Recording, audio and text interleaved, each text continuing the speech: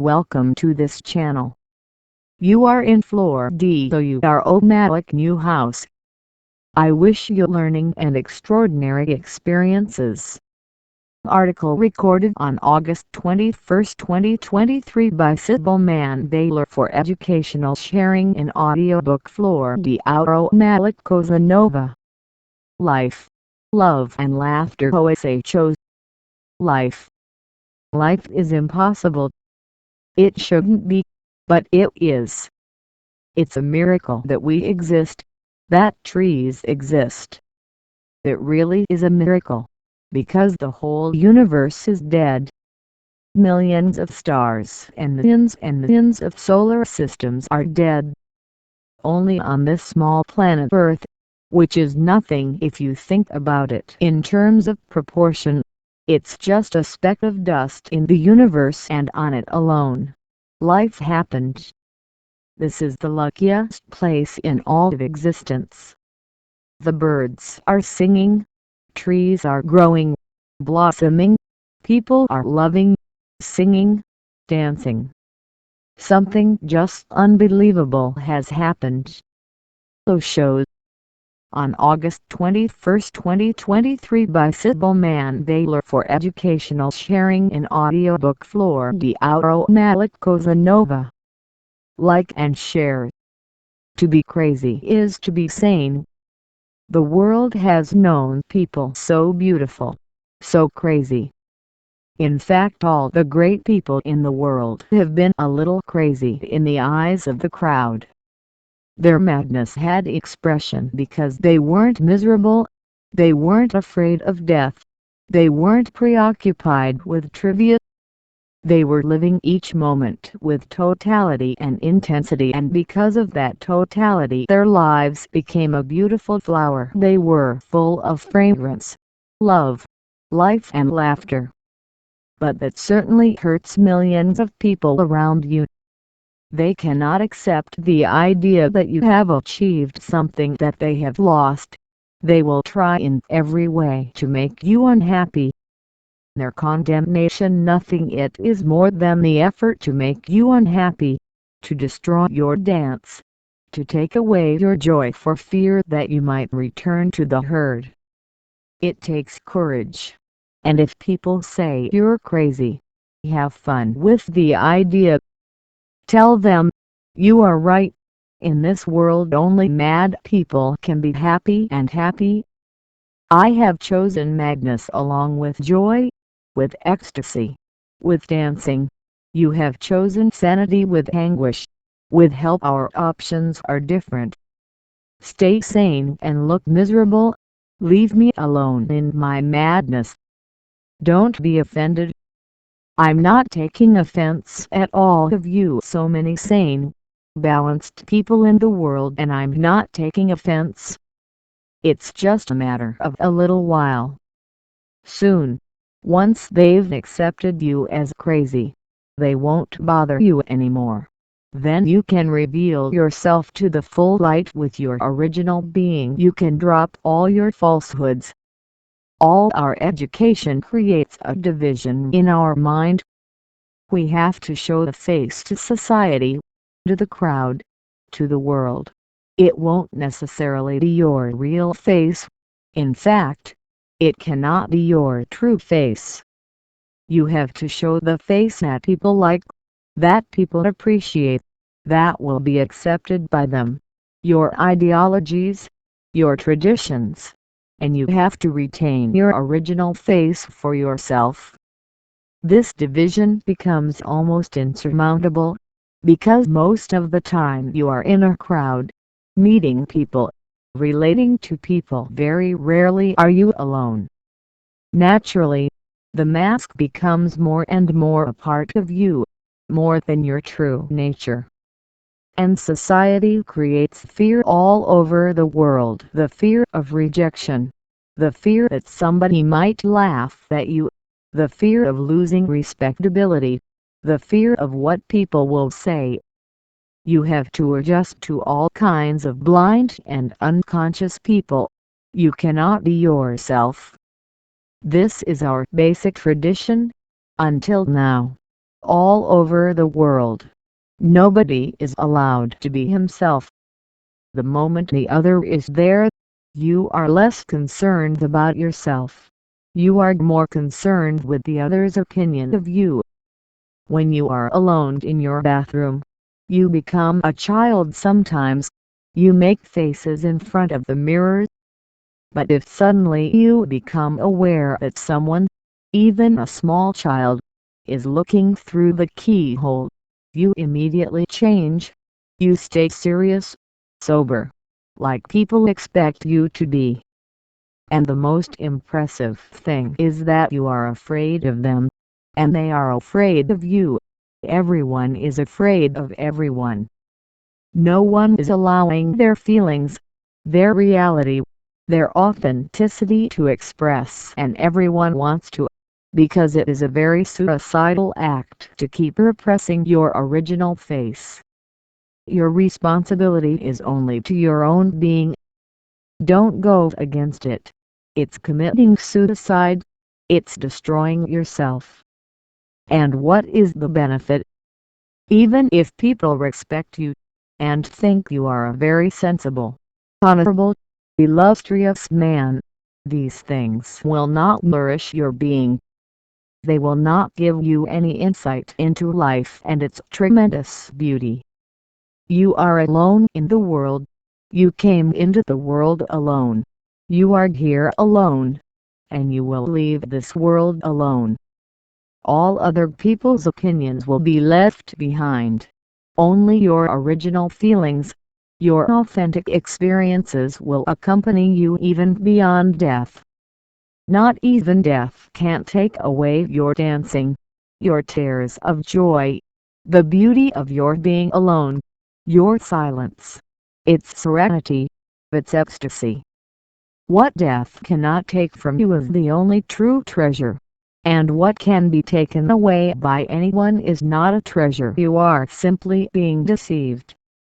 Your exclusive concern should be to care for and protect those qualities that you can take with you when death destroys your body, your mind, because these qualities will be your only companions. They are the only true values, and the people who achieve them, only these live. The others just pretend to live. An attitude towards life. Beloved masters, is it important to have some kind of attitude towards life? The best way to miss life is to have a certain relationship to it. Attitudes originate in the mind, and life is beyond the mind. Attitudes are our fabrications, our prejudices, our inventions. Life is not our fabrication. On the contrary, we are small ripples in the lake of life. What kind of attitude can a small wave in the ocean have towards the ocean? What kind of attitude can a leaf have towards the earth, the light, the stars? All attitudes are selfish, whereas attitudes are stupid. Life is not a philosophy. Life is not a problem. The life is a mystery. You must live it, not according to a certain pattern, not according to a certain conditioning. What you have been told about life, you must start again from scratch. Every human individual should think as if he were the first person on earth. He is Adam or Eve. So you can open up. You can open up. Open to endless possibilities. Then you will be vulnerable, available. And the more vulnerable and available you are, the greater the possibility of life happening for you. Their attitudes function as barriers. So life never catches up with you as it really is. It has to adjust to your philosophy, religion, ideology, and in the very adjustment something dies. You end up with a corpse in your hands. It may seem like life, but it isn't. And that's what people have been doing down through the ages. Hindus are living according to the Hindu attitude, Muslims according to the Muslim attitude, and communists according to the communist attitude. But remember a basic and fundamental truth. The attitude does not allow you to get in touch with life as it really is. The attitude distorts, interprets. There is an ancient Greek story. A fanatical king had a beautiful bed of gold, extremely precious, inlaid with thousands of diamonds. Whenever there was a guest in the palace, the king offered him the bed. But he had a unique attitude. The guest had to adjust to the bed. If the guest was a little longer, the king would cut him to size. Evidently, the bed was so valuable that it could not be exchanged, but the guest had to be cut according to the bed, as if the bed did not exist for the guest, but the guest existed for the bed. And it is very rare. It is almost impossible to find a man who fits in a pre-made bed. The average person doesn't exist. Remember, the average person is a fiction, and the bed was made for an average-sized person. The king was a mathematician. Great calculations had been done before. He had measured the height of all citizens in his capital, and that height was divided by the total number of citizens. Well, in the capital there were small children, young people, old people, pygmies, giants, but the average is a totally different thing. There wasn't a single person in the entire capital who was really average. I never met the average person. The average person is a fiction. So everyone who was invited was in trouble. If it was smaller than the bed, the king had great experts who would stretch it to size. That must have been the beginning of Rolfing. Fighter Rolf must have learned the technique from this king.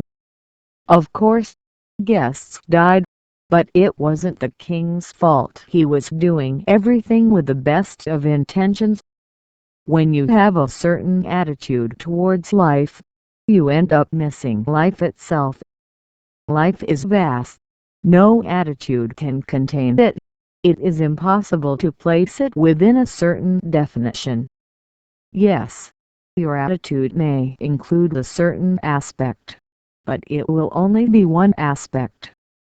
And the tendency of the mind is to claim that a given aspect is the whole, and the moment that aspect is the whole, you have lost your very connection with life. Then you will live surrounded by your attitudes, in a kind of cocoon, encapsulated, and you will be unhappy. Then you will be unhappy.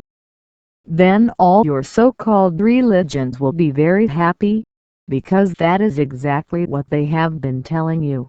Life is misery. Buddha says that birth is misery, youth is misery, old age is misery, death is misery. Life is nothing but a long, long tragedy. If you start having attitudes, you will find that Buddha is extremely right. You will be proof of that. But I want to tell you that life is not unhappiness. I absolutely do not agree with Buddha. Life becomes torment, but that is your creation. Otherwise, life is an eternal joy. But for you to know this joy, you have to listen with an open heart, with open hands. Don't relate to life with closed fists, clenched. Open your hands. Go into life with immense innocence. Attitudes are cunning. You have already decided in advance, without experimenting, without experiencing, without living. You have already arrived at certain conclusions, and naturally, if these conclusions already exist a priori within you, you will have them confirmed by life. Not that life confirms them, but your mind will find ways and means, arguments and facts to support them. I teach you a life without any attitude. This is one of the fundamentals of my experience. If you really want to know that which is, then drop all the philosophies, the isms. So go from open hands, completely naked in the sun, to see what it is. In the past, our senses were believed to be doors that reality reaches through our senses, our inner being. Now, the latest research shows one thing: our senses are not only doors, but they are guards too. Only 2% of the information is allowed in, 98% is kept out. Anything that opposes their conception of life is barred, only 2% get in. Now, to live the 2% life is not living at all. When you can't live 100%, why choose to live only 2%? You ask me, is it important to have some kind of attitude towards life? It is not only important, it is dangerous to have any attitude towards life. Why not allow life to have its dance, its melody, without any expectations? Why can't we see that which is in itself, in its purity? Why should we impose ourselves own life? And no one else will be the loser. If you impose own life, you will be the only loser. It's better not to label life. It's better not to give it any structure. It's better to leave it open.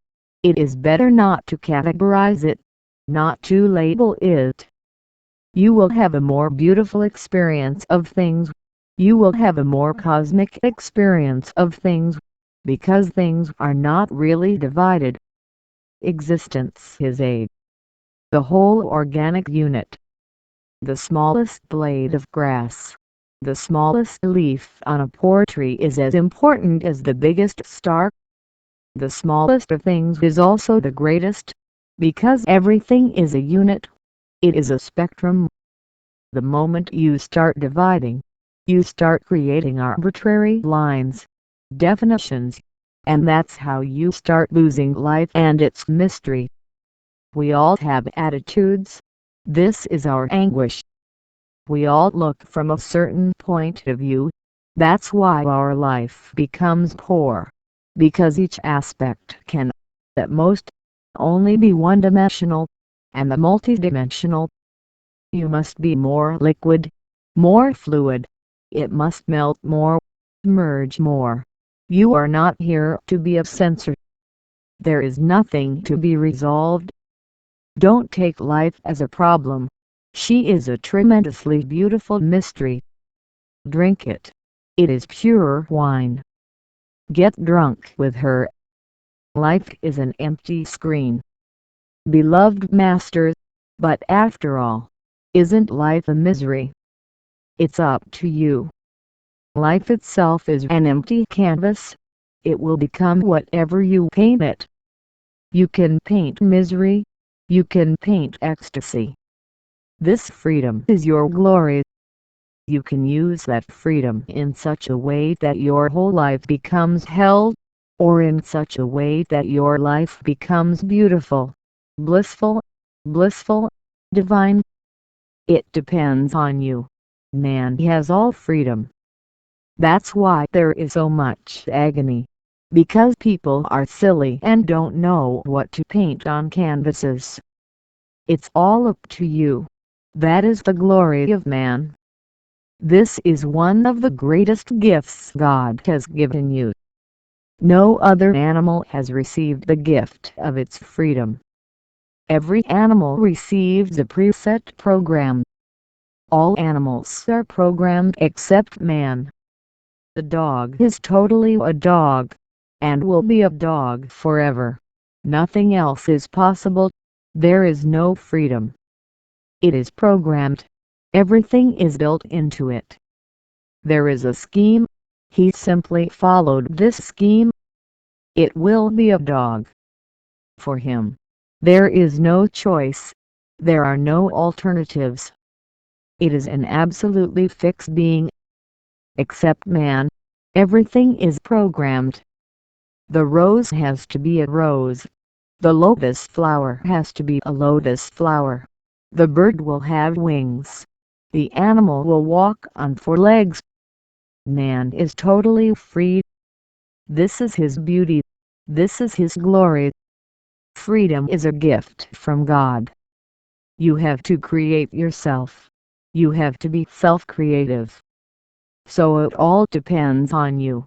You can become a Buddha, a Baha'u'llah, or you can become an Adolf Hitler, a Benito Mussolini. You can become an assassin or a meditator. You can allow yourself to become the beautiful flowering in consciousness, or you can become a robot. But remember, you are responsible and only you, no one else. An optimist is a man who goes to the window and says, "Good morning, God." A pessimist is the one who goes to the window and says, "My God, is it daytime?" I heard an ancient Sufi parable. Two disciples of a great master were walking through the garden of that master's house. They were allowed to walk all day, morning and night. Walking was a kind of meditation. The walking meditation just as Zen adepts do walking meditation. You can't sit for 24 hours. Your legs need a little movement. Your blood needs to circulate a little like this. Both in Zen and in Zen. In Sufism, on both you meditate for a few hours sitting down, and then you start meditating walking. Meditation continues, walking or sitting. The current within remains the same. Both were smokers. Both wanted the master's permission. So the two decided, tomorrow, at the most, he'll say no, but let's ask. And it doesn't seem like such a big sacrilege. Smoking in the garden. In reality, we won't be smoking in his house. The next day they met in the garden. One of them was furious that the other was smoking and said, "What happened?" I asked to, but he just flatly refused, saying no. "And you're smoking? You're not subjecting yourself to his orders." He replied, "But he said yes to me." That felt unfair. The first one then said, "I will immediately go to him, to find out why he said no to me, but to you." The other said, "Wait a minute. First tell me, what did you ask him for?" He replied, "What did I ask? Simply, can I smoke while meditating?" He said, "No," and looked very angry. The other started laughing and said, "Now I understand the point." I asked him, grave accent, "Can I meditate while smoking?" He said, grave accent, "Yes." It all depends. Just a subtle difference and life becomes something completely different. Now there is a big difference. Asking, "Can I smoke while meditating?" Just awful. But ask, "Can I meditate while smoking?" It's perfectly fine. Excellent. At least you are meditating. Life is neither misery nor glory. Life is an empty canvas and requires great art. A beggar knocked on the door of an inn called George and the Dragon. "Could you give me something to eat?" he asked the woman who answered the door. "No," she yelled, slamming the door. A few seconds later, the beggar knocked again. "Can I eat something?" asked the beggar. "Get the fuck out," replied the woman, and never come back. After a few minutes the beggar knocked on the door again. The woman came to the door. "Forgive me," said the beggar, "but could I have a few words with your George this time?" Life is the inn called George and the Dragon. You can also claim a few words with Sir George, too. Life is the only God-beloved master. How do you live a free life? My message is very simple. Live life as dangerously as possible. Live life fully, intensely, passionately, because, except life, there is no other God. Friedrich Nietzsche says, God is dead. This is wrong, because God never existed in the first place. How can he be dead? Life is, always was, always will be. Allow yourself, and I repeat again, allow yourself to be possessed by life. The so-called religions of the past have been telling you just the opposite. They say, renounce. I say, celebrate. They deny life. I affirm it. They say that life is something wrong, illusory, and they create an abstract idea of God, which is nothing but a projection of their minds. And they cultivate this projection. This is so stupid, so absolutely stupid, that it's a wonder how millions of people could believe such nonsense. That which is repudiated by that which is but an abstraction of the mind. God is just a word, but they say God is real. And life is a reality. You feel it pulsating in your heart, in the pulsation of your blood. It is in everything, in the flowers, in the rivers, in the stars. And they say this is all Maya, illusion. They say it's made of the same substance that dreams are made of. And they create a God, and of course everyone creates a God that reflects their own image. And so there have been thousands of gods. Everything is your imagination. You can make a God with 4 heads. You can make a God with 1,000 hands. It's up to you. It's your game.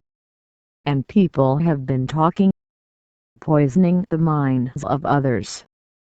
I tell you, life is the only truth there is. There is no other God but life. So allow yourself to be possessed by life in all its forms, colors, dimensions, all rainbows, all notes of music. If you can't get this thing so simple, and it's simple because it's just a matter of letting it happen. Don't force the river, let it take you to the ocean. He's already on his way. Relax. Don't tense up or try to be spiritual. Do not create any division between matter and spirit. Existence is one. Matter and existence are one. Matter and existence, they are simply 2 sides of the same coin. Relax, rest, and go with the river. Be a gambler, not a businessman, and you will know God more, because a gambler can't take more risks. The player is not calculating. He can risk everything he has. But the gambler's excitement when he goes all in and waits. What's going to happen now? This very moment can become an internal gestalt transformation. Be it drunk with life, with the wine of existence. Don't stay sober. The sober person remains dead. Drink the wine of life. He is so much poetry and so much love and so much nectar. You can bring spring anytime. Simply call in spring and let the sun and wine and rain penetrate you. It is because of this message that spiritualists are against me, because they think I am denying God. For the first time I am bringing God into real perspective. I am giving it life. I am bringing it closer to you, closer than your own heart, because it is your very being. It is not something separate, something far away, something up in the sky, but here and now. I'm trying to destroy the very idea of there and then. My whole vision is from the here and now. because there is no other place than here, and there is no other time than now. Boredom is a great start. Beloved Masters, I have found that I am simply bored with myself and I feel low in spirits. You said to accept ourselves, whatever we are. I am not able to accept life knowing that I am not feeling joy within myself. What to do? We've heard that there's a new kind of tranquilizer that doesn't just relax with you enjoying being tense. Try it. Try and try and try again. Be an American, but not more than 3 times. Try and try and try again and then stop, because there's no point in being so silly. You ask me, I have found that I am bored with myself. This is a great discovery. Yes, I mean exactly that. Very few people realize that they are bored, and they are bored, absolutely bored. Everyone knows, except themselves. Knowing you're bored is a great start, but some implications need to be understood. Man is the only animal that is bored. This is a great privilege. This is part of the dignity of human beings. Have you ever seen a bored buffalo, a bored donkey? They don't get bored. Boredom simply means that your way of life is wrong. Consequently, it can become a big event to realize that I am bored and something needs to be done. Some transformation is needed. So don't think that your feeling of boredom is bad. It's a good sign. It's a good start. A very promising start. But don't stop there. Why do we feel bored? We feel very bored because we have been living in dead patterns. Patterns given to us by others. Renounce those patterns. Get out of those patterns. Start living for yourself. Only an authentic person is not bored. The fake person necessarily feels bored. The Christian is bored. The Jaina is bored. The Parsi is bored. The communist is bored, because they are dividing their life into 2 parts. Their true lives remain repressed and they begin to simulate an unreal life. And it is this unreal life that creates boredom. If you're doing what you were meant to do, you'll never get bored. The day I left home to go to university, my parents, my family, they all wanted me to become a scientist. There was much more of a future for a scientist, or at least a doctor or an engineer. I totally refused. I said, I'll do what you want. Why not? I want to live a life of boredom. As a scientist, I can't be successful. I can't have respectability, money, prestige, but deep down I will remain bored, because that was never what I wanted to do. They were shocked, because they could not see any future in the study of philosophy, poor in universities. They reluctantly agreed, knowing I would be wasting my future, but finally they recognized that they were wrong. It's not a question of money, power and prestige. It's a question of what you intrinsically want to do. Do it, without regard to results, and your boredom will disappear. You must be following others' ideas. You must be doing things right. You must be doing things as they should be. These are the cornerstones of boredom. The whole of humanity is bored, because the person who would have been a mystic is a mathematician. The person who would have been a mathematician is a politician. The person who would have been a poet is a businessman. Everyone is somewhere else. Nobody is where they should be. We have to risk it. If you're ready to take the risk, boredom disappears in a single instant. You ask me, I have found that I am simply bored with myself. You are bored because you have not been honest with yourself. You have not been respectful of your own being. And you say, I feel discouraged. How to feel cheerful? Cheer only flows when you are doing what you want to do, whatever it is. Vincent van Gogh was immensely happy just painting. Not a single painting was sold. Nobody ever appreciated it. And he was starving. He was dying. Because his brother was giving him a little money so that he could survive. 4 days a week he fasted, and 3 days a week he ate. He had to fast during those 4 days, because otherwise how could he get his canvases, paints and brushes? But he was immensely happy, his energy was flowing. He died at just 33.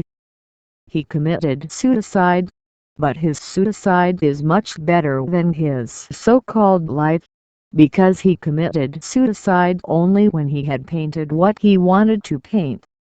On the day he finished the sunset painting, which had been his greatest desire, he wrote a letter saying, "My work is done.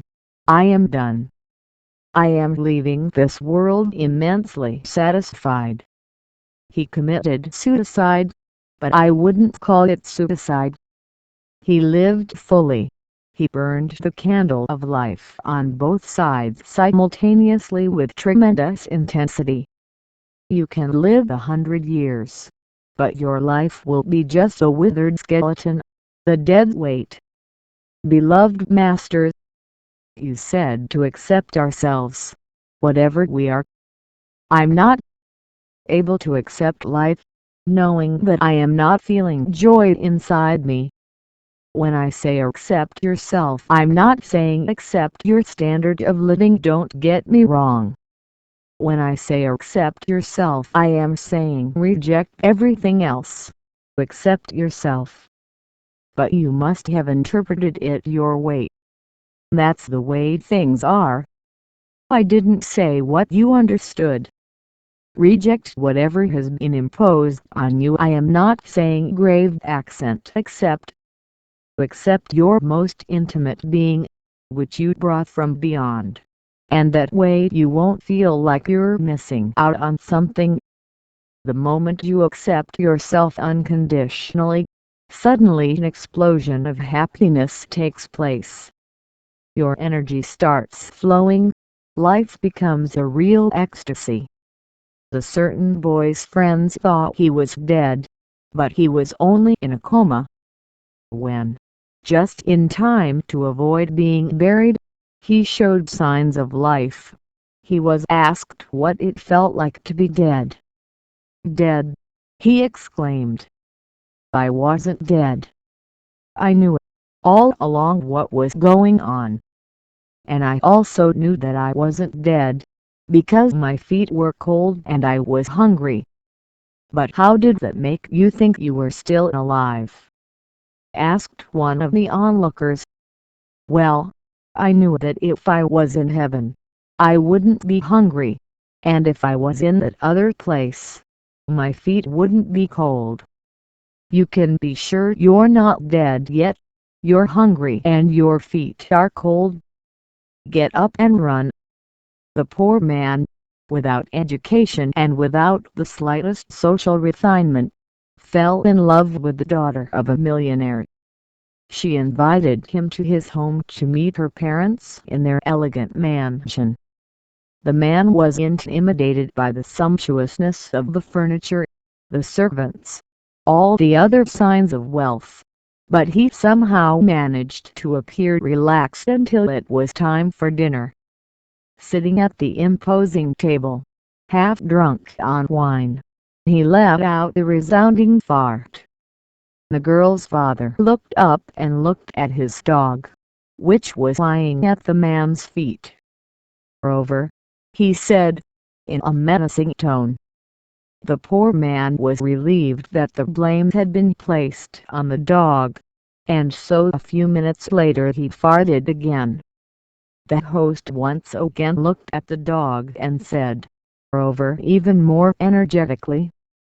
A few minutes later he farted for the third time. The millionaire's face contorted with rage. He yelled, "Over, get out of there before he shits on you. There is still time to get out of the prison you've been living in until now. It just takes a little courage. A little player courage. And there's nothing to lose. Remember, you can only lose your chains. You can lose your boredom. You can lose the constant feeling that something is missing. What else is there to lose? Snap out of it. Track and accept your own being against Moses, Buddha, Mahavira, Krishna. Accept yourself. Your responsibility is not to Buddha or Zarathustra or Kabir or Nanak. Your responsibility is only to yourself. Be responsible, and when I use the word responsible, please remember not to misinterpret it. I am not referring to obligations, responsibilities. I am simply using the word in its literal sense. Responding to reality. Being responsible.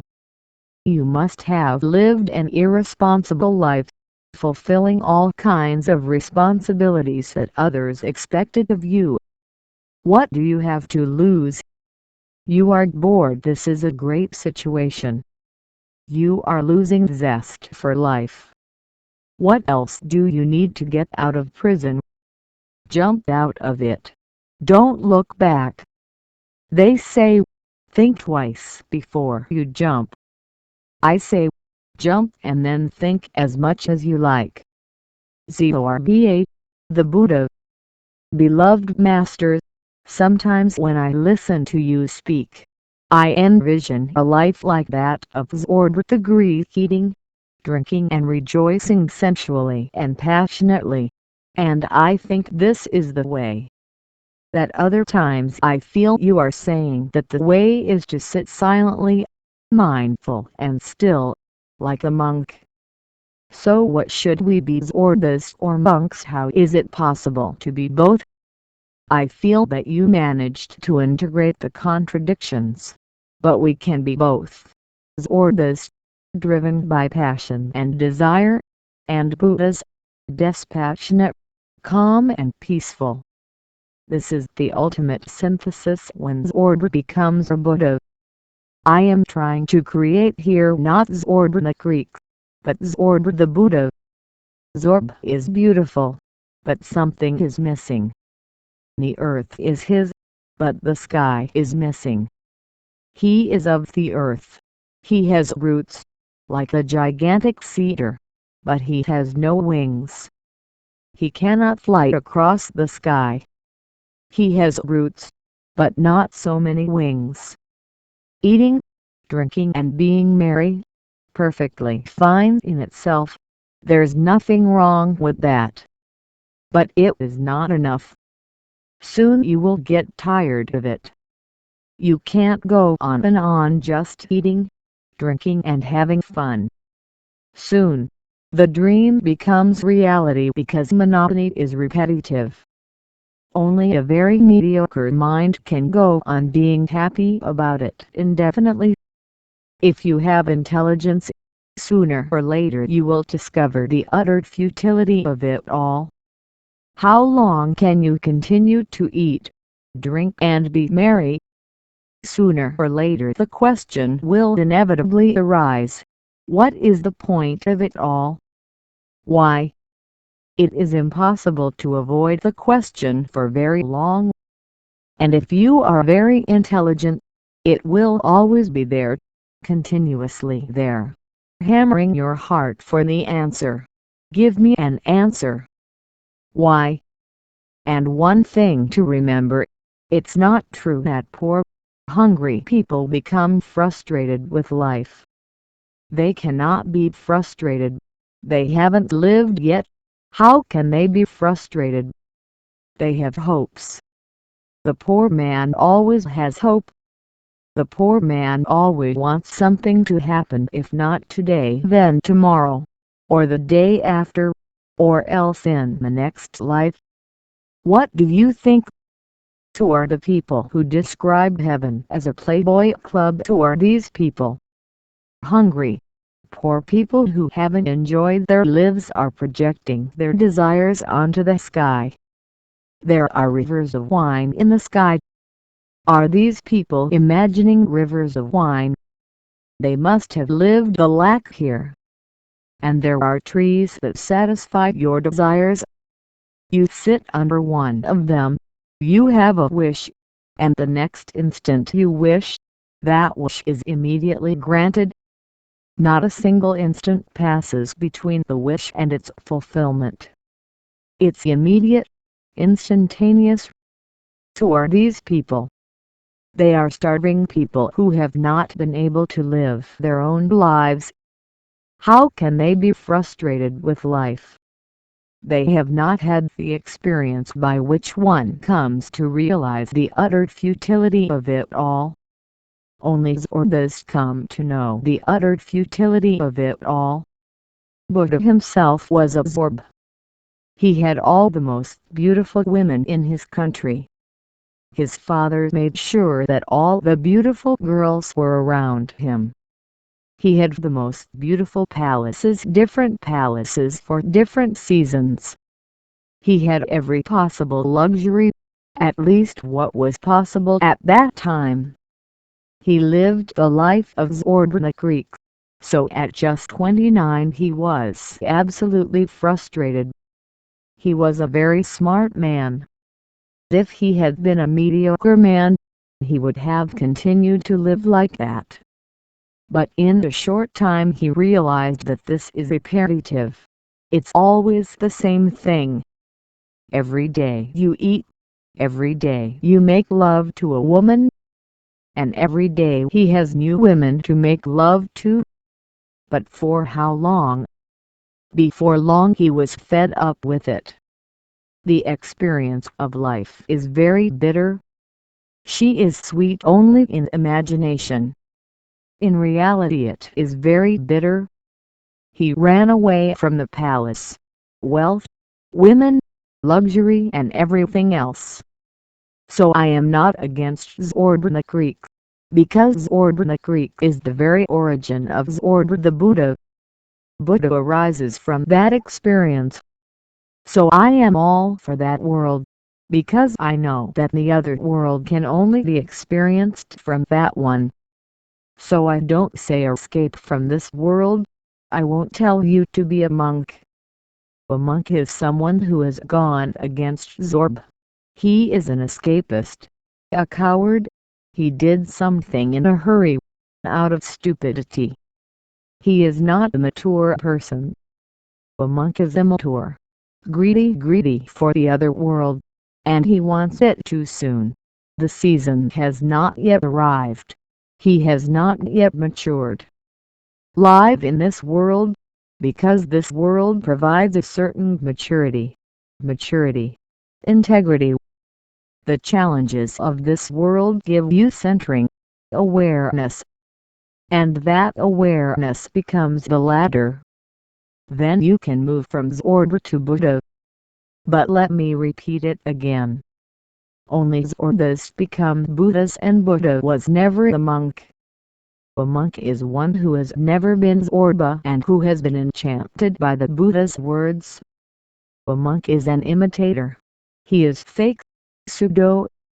He imitates the Buddhas. He may be Christian, he may be Buddhist, he may be China. It doesn't make the slightest difference. He imitates the Buddhas. When a monk withdraws from the world, he struggles with the world. He doesn't leave relaxed. His whole being is drawn to the world. He struggles against the world. He becomes divided. Half of his being is for this world and the other half has become greedy for the other. He's torn apart.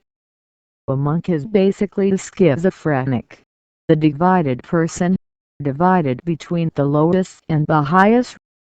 The lower continually pulls you, and the lower becomes more and more attractive the more it is repressed. And because he has not lived the lowest, the monk cannot reach the highest. You can reach the highest only when you have lived the lowest entirely. You can reach the highest only by passing all the agony and ecstasy of the lowest. Before a lotus flower becomes a lotus flower, it has to move through the mud. That mud is the world. The monk fled from the mud, perhaps due to his ego. I am a lotus seed, and I cannot fall into the mud. But then, it must remain a seed. It will never bloom like the lotus flower. If it wants to blossom like the lotus flower, it has to fall into the mud. She will have to live this contradiction. Without the contradiction of living in mud, there is no way to go beyond. I'll be the last person to make a monk out of you if I didn't. Why would monks and nuns be against me? I would like you to take root in the earth. I completely agree with Friedrich Nietzsche when he says, I beg you, my brothers, remain faithful to the earth and do not believe in those who speak of otherworldly hopes. Learn your first lesson of trust by trusting the earth. It is your home right now. Don't yearn for the next world. Live this world and live it intensely, with passion. Live it with tonality, with your whole being.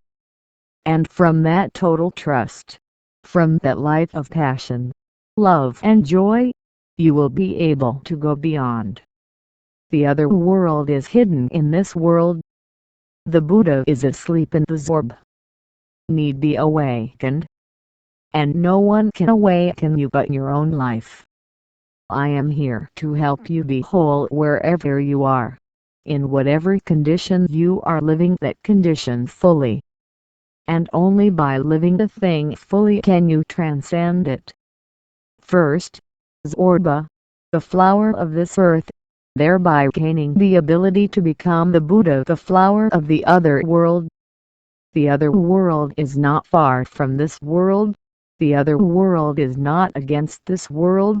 The other world is hidden in this one. This is just the manifestation of the other, and the other is the unmanifest part of the other. Sadness has its own beauty. Beloved masters, is it possible to celebrate sadness? Don't identify with sadness. Become a witness and enjoy the moment of sadness, because sadness has its own beauty. You never watch it. You become so identified that you never penetrate the beauty of a sad moment. If you look, you'll be surprised by the treasures you've been missing. Look when you're happy. You're never as deep as when you're sad. Sadness has a depth of its own. Watch happy people. The so-called happy people, the playboys and playgirls, you will find them in clubs, hotels, theaters, are always smiling and bubbling with joy. You will always find them shallow, superficial. These people have no depth. Happiness is like surface waves. You live superficial, but sadness has a depth. When you're sad, it's not like the waves on the surface. It's like the very depth of the Pacific Ocean, miles deep. Move into the depths. Observe them. Happiness is like light. Sadness is like darkness. Light comes and goes. Darkness remains, is eternal. Light comes sometimes. Darkness is always there. If you go into sadness, you will feel all these things. Suddenly you will realize that sadness exists as an object. You are watching and witnessing, and suddenly you start feeling happy. Such a beautiful sadness. The flower of darkness, an eternal flower of depth. Like a bottomless abyss, so silent, So musical there is not the slightest noise, the slightest disturbance. We can go on falling and falling into it, endlessly, and we can come out of it totally rejuvenated. It's a rest.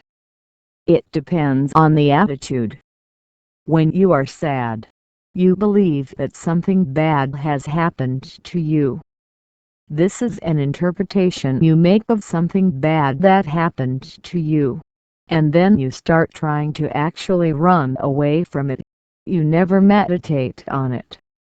So you want to meet someone, you want to go to a party, to the club, turn on the TV or the radio, or start reading the newspaper, something so you can forget. It is a wrong attitude given to you that sadness is wrong. There's nothing wrong with her. It is another polarity of life. Joy is one pole, sadness another. Happiness is one pole, misery another. The life of pure happiness will have a lateral dimension, but it will not have a depth. The life of only sadness will have depth, but not breadth. A life that contains both sadness and happiness is multidimensional, moves in all directions simultaneously. Look at the Buddha statue, or sometimes look into my eyes and he had found both together, a beatitude, a peace, and a sadness too. You will find a happiness that contains sadness within it, because that sadness gives you opportunity. Observe the happy yet sad Buddha statue. The very word sad has the wrong connotation. It is your interpretation. To me, life in its entirety is good. And when you understand life in its totality, only then can you celebrate, otherwise not. Celebration is not conditional on certain things. When I am happy, then I will celebrate, or when I am unhappy, I will not celebrate. Celebration is unconditional. I celebrate life. It brings unhappiness, great. I celebrate it. She brings great happiness. I celebrate her. Celebration is my attitude, not conditioned by what life brings. But a problem arises, because whenever I use words, those words have connotations in your mind. When I say celebrate, you think you have to be happy. How can you celebrate when you are sad? I'm not saying you have to be happy to celebrate. Celebration is gratitude for whatever life gives you, whatever God gives you. Celebration is a gratitude, the recognition. I think I've told you before, but I'll tell you again. The Sufi mystic, very poor, was hungry, rejected and tired of the journey he was making. He arrived in a village at night and nobody wanted to accept him. The village belonged to Orthodox people, and Orthodox Muslims are very difficult to persuade. They wouldn't even give him shelter in the village. The night was cold and he was hungry, tired, scantily clad and shivering with cold.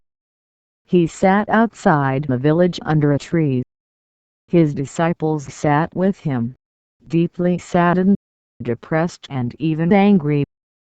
And so he began to pray, and he said to God, "You are wonderful.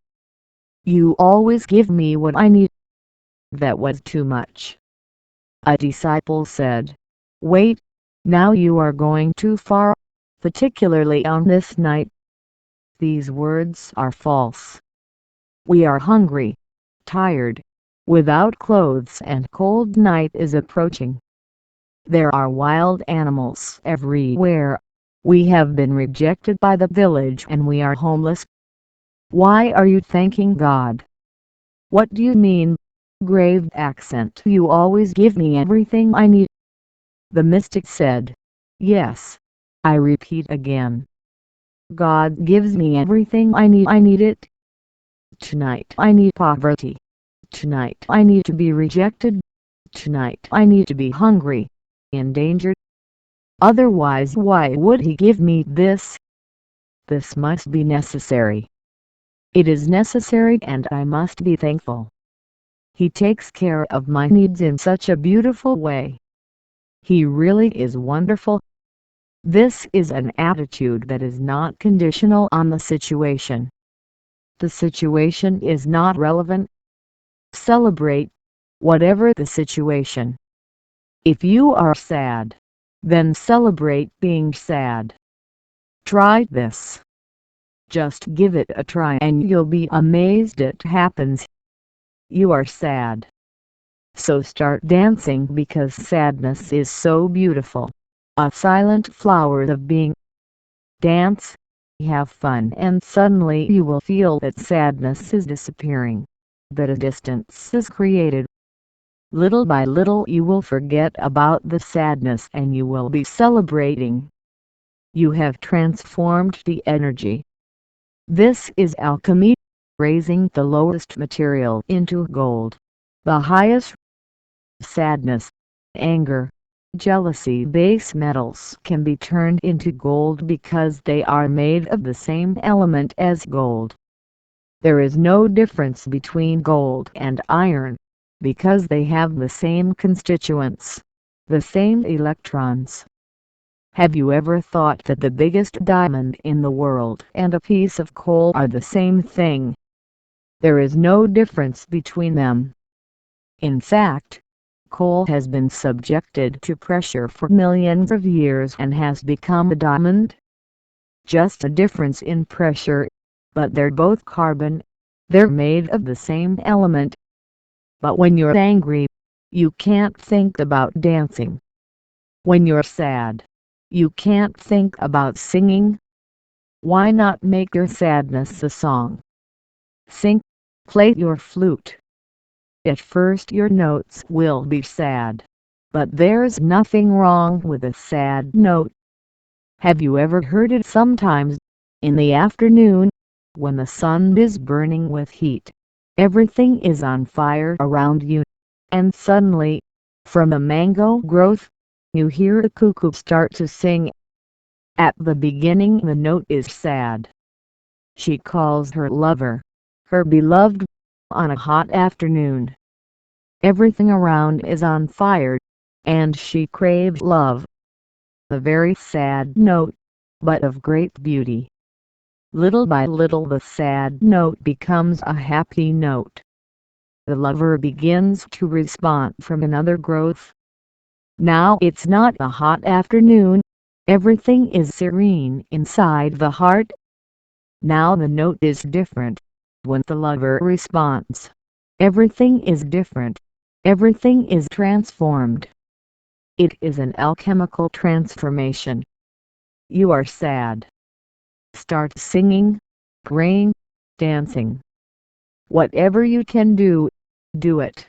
And little by little the basic metal is transformed into a superior metal, gold. Once you know the key, your life will never be the same again. You can open any port.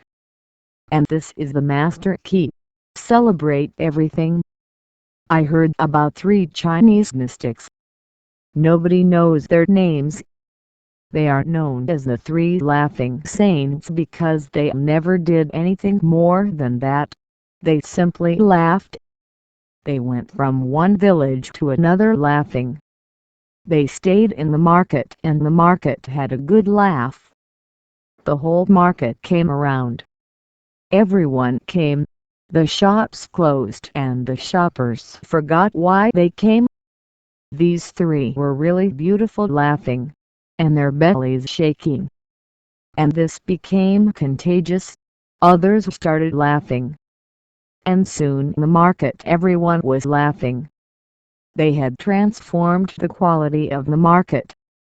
And if someone said say something to us, they would say we have nothing to say. We just laughed and transformed the quality. Where just a few moments ago there was an ugly place, where people only thought about money, wanting money, greedy, money dominating the environment. These three crazy people would show up and laugh and transform the energy of the whole market. Now no one was a customer. Now everyone had forgotten that they had come to buy and sell. Nobody cared about greed. Everyone was laughing and dancing around these three freaks. For a few seconds, a new world opened up. They toured all over China, from one place to another, from one village to another, simply helping angry people, greedy people, envious people. They all laughed with them. And many realized the key: you are able to transform. So in one village one of them died. The villagers got together and said, "Now there will be trouble. Now let's see if they will continue to laugh. Their friend has died, they must cry."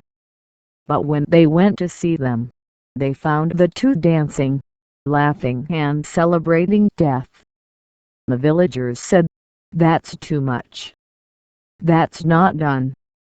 When a man is dead, laughing and dancing is sacrilege." They said, "You don't know what happened. All three of us were always wondering who would die first. This man won. We were defeated. Our whole lives we lived together with him. How can we say goodbye to him any other way? We have to laugh. We have to have fun. We have to celebrate. This is the only farewell to a man who has been laughing all his life. And if we don't laugh, he will laugh at us and think, 'You fools. So you've fallen into the trap again. We don't think he's dead.' How can laughter die? How can life die? Laughter is eternal. Life is eternal. The celebration continues. The actors change, but the drama continues. The waves change, but the ocean continues.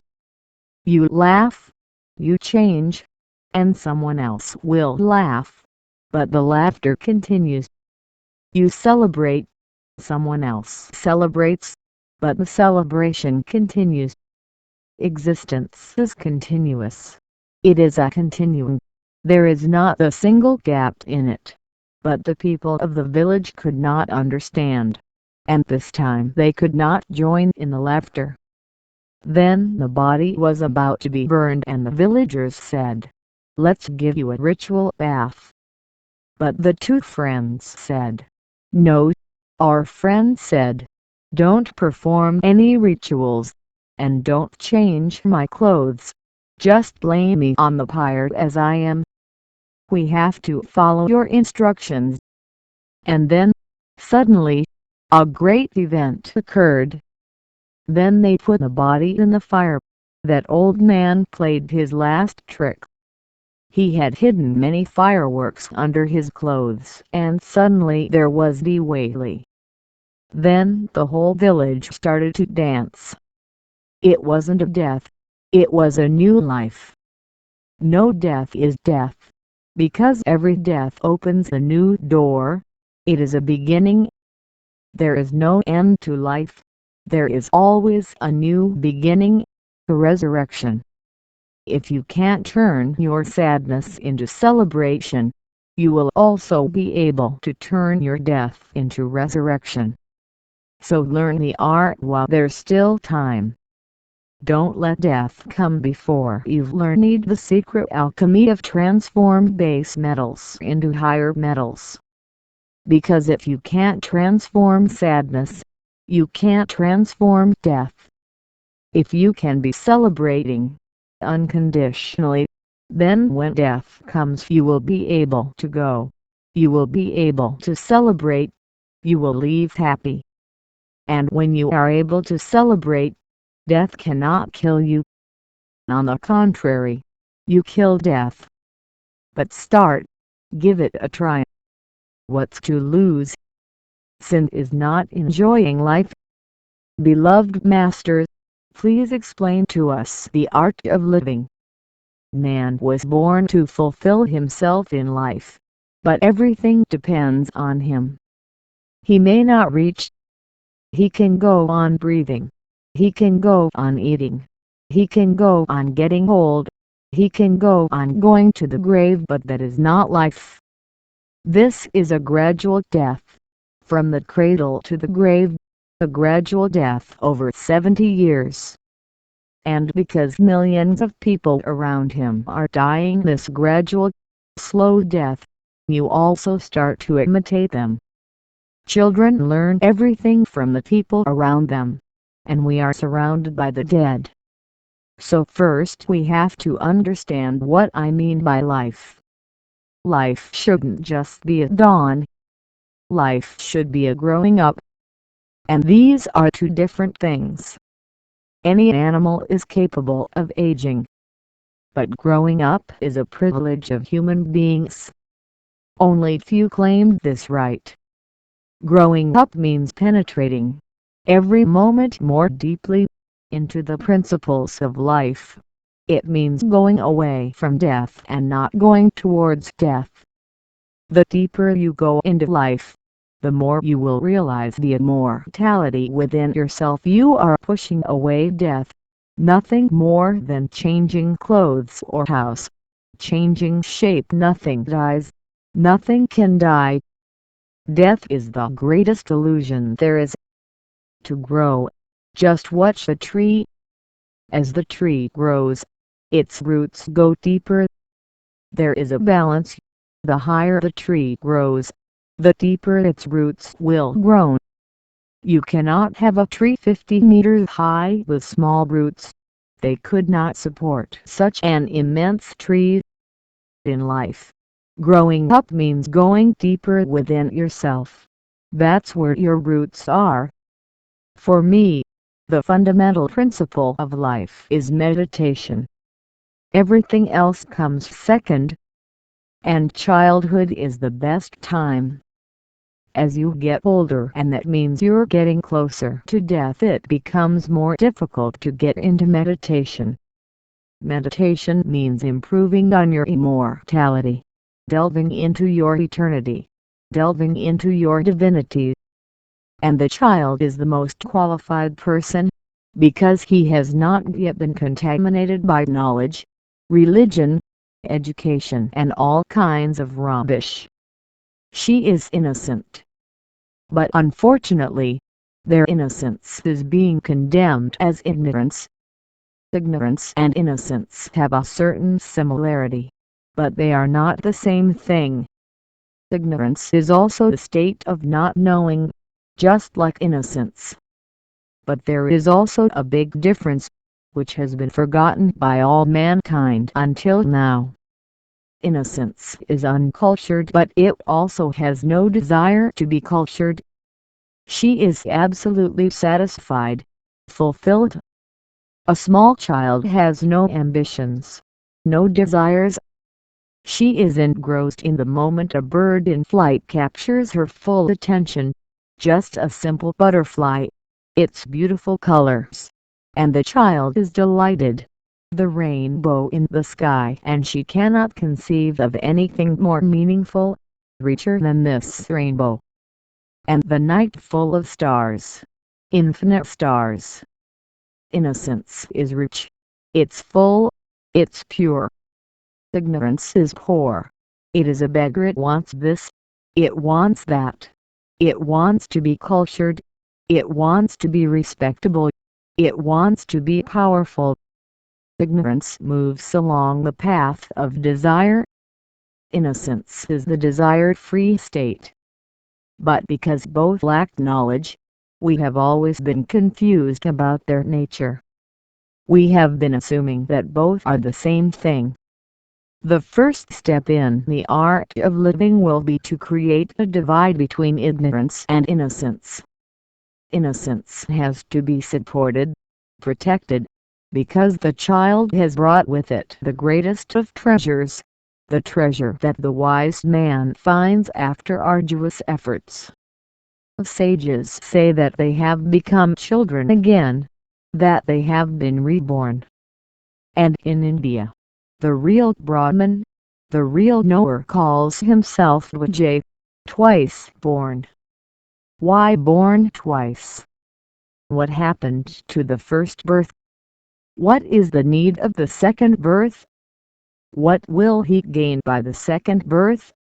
With the second birth, he will gain what was available in the first, but which society, parents, people around him, crushed, destroyed. Every child is being stuffed with knowledge. Its simplicity must somehow be removed, as simplicity will not help in this competitive world. Your simplicity will make the world think you a fool.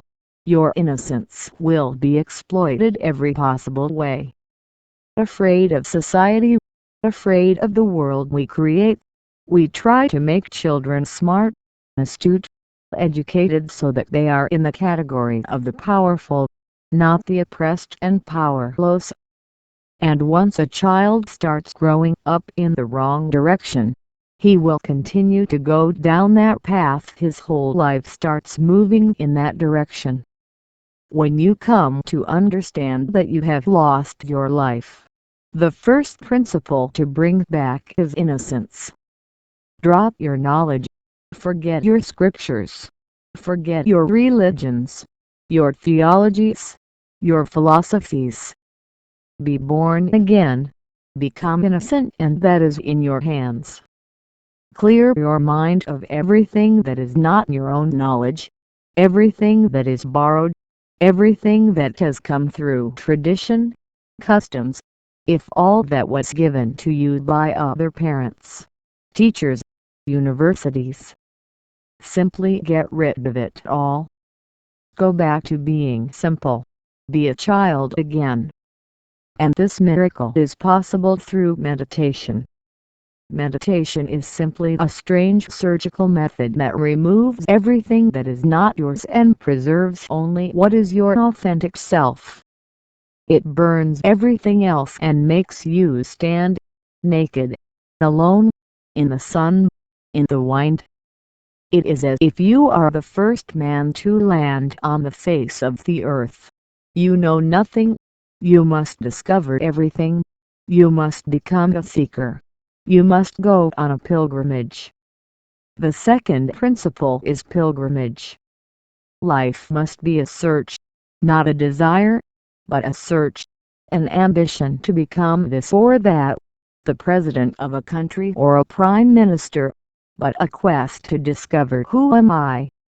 It's very strange that people don't know who they are trying to become someone. They don't even know who they are right now. They don't even know their own being but have the aim of becoming. Becoming is a disease of the soul. The being is you. And discovering your being is the beginning of life. Then each moment brings a new joy, a new discovery. A new mystery opens its doors. The new love begins to grow in you, a new compassion, which you have never felt before. A new sensitivity to beauty, to goodness. You are so sensitive that even the smallest blade of grass can be of immense importance to you. Its sensitivity makes it clear that the smallest blade of grass is just as important to existence as the biggest star. Without that blade of grass, existence would be less than it is. And this blade of grass is unique, irreplaceable. It has its own individuality. And that sensitivity will create new friendships for you. Friendship with the trees, with the birds, with the animals, with the mountains, with the rivers, with the oceans, with the stars. Life becomes richer as love grows, as friendship grows. There was a beautiful incident in the life of Street Francis. He was about to die, and he had always traveled on a donkey, from place to place sharing his experiences. All his disciples gathered to hear his last words. The man's last words are always the most meaningful he has ever spoken, because they contain his entire life experience. But the disciples couldn't believe what they heard. San Francisco didn't address his disciples, he addressed the donkey. He said, "Brother, I am immensely grateful to you. You have carried me from place to place without complaining, never grumbling. Before I left this world, my only wish was to be forgiven by you. I was not human with you." Those were the last words of San Francisco. An immense sensitivity. Say to a donkey, "Brother donkey," and ask for forgiveness. As you become more sensitive, life gets bigger. Life is a small lake. It becomes oceanic. It is not limited to you and your wife and children. It has no limits. This whole existence becomes your family, and unless the whole existence becomes your family, you have not known what family island life, because no man is an island. We are all related. We are a vast continent, connected in a million ways. And if our hearts are not filled with love for the whole, our lives become correspondingly smaller. Meditation will bring you sensitivity, the deep sense of belonging to the world. This world belongs to us. The stars belong to us. We are not foreigners here. We intrinsically belong to existence. We are part of existence. We are its heart. Secondly, meditation will bring you great silence because all the rubbish of existence is gone. The thoughts that are part of that knowledge are also gone. An immense silence. And you are amazed. This silence is the only music there is. All the music is an effort to somehow express this silence. The men of vision in the ancient East were very emphatic on one point. All the great arts, music, poetry, painting, dancing, sculpture, are all born of meditation. They are an effort to, in some way, bring what may be known. For those not ready to go on pilgrimage are gifts for those not ready for pilgrimage. Perhaps music can awaken the desire to go in search of the source. Perhaps a statue. The next time you enter the temple of Buddha or Mahavira, sit in silence. Look at the statue, because it is made of in such a way, with such proportions that, if you observe it, you will be taken by silence. It is a meditation statue. It has nothing to do with Gautama Buddha or Mahavira. That's why those statues are similar. Mahavira, Buddha, Namanata, Adinata. 24 Tirthankaras of the Jainas. In the same temple you will find 24 statues exactly alike. When I was a child, I used to ask my father, "Can you explain to me how it's possible that 24 people are exactly the same? Same size, same nose, same face, same body?" And he used to say, "I don't know. I myself am always puzzled that there isn't even a small difference. Has it never been heard of in the world that there aren't even two people who are alike? Does that mean 24? But when my meditation blossomed, I found the answer not from someone else. I found the answer. These statues have nothing to do with people. These statues have to do with what was happening to these 24 people. It was exactly the same thing. And we haven't worried about the outside. We have emphasized that only the interior should deserve attention. The outside is not important. Someone is young, someone is old, someone is black, someone is white. Someone is a man, someone is a woman. It doesn't matter that inside, there is an ocean of silence. In this oceanic state, the body assumes a certain posture. You yourself have seen this, but you were not alert. When you are angry, have you noticed? Your body assumes a certain posture. In anger you are unable to keep your hands open.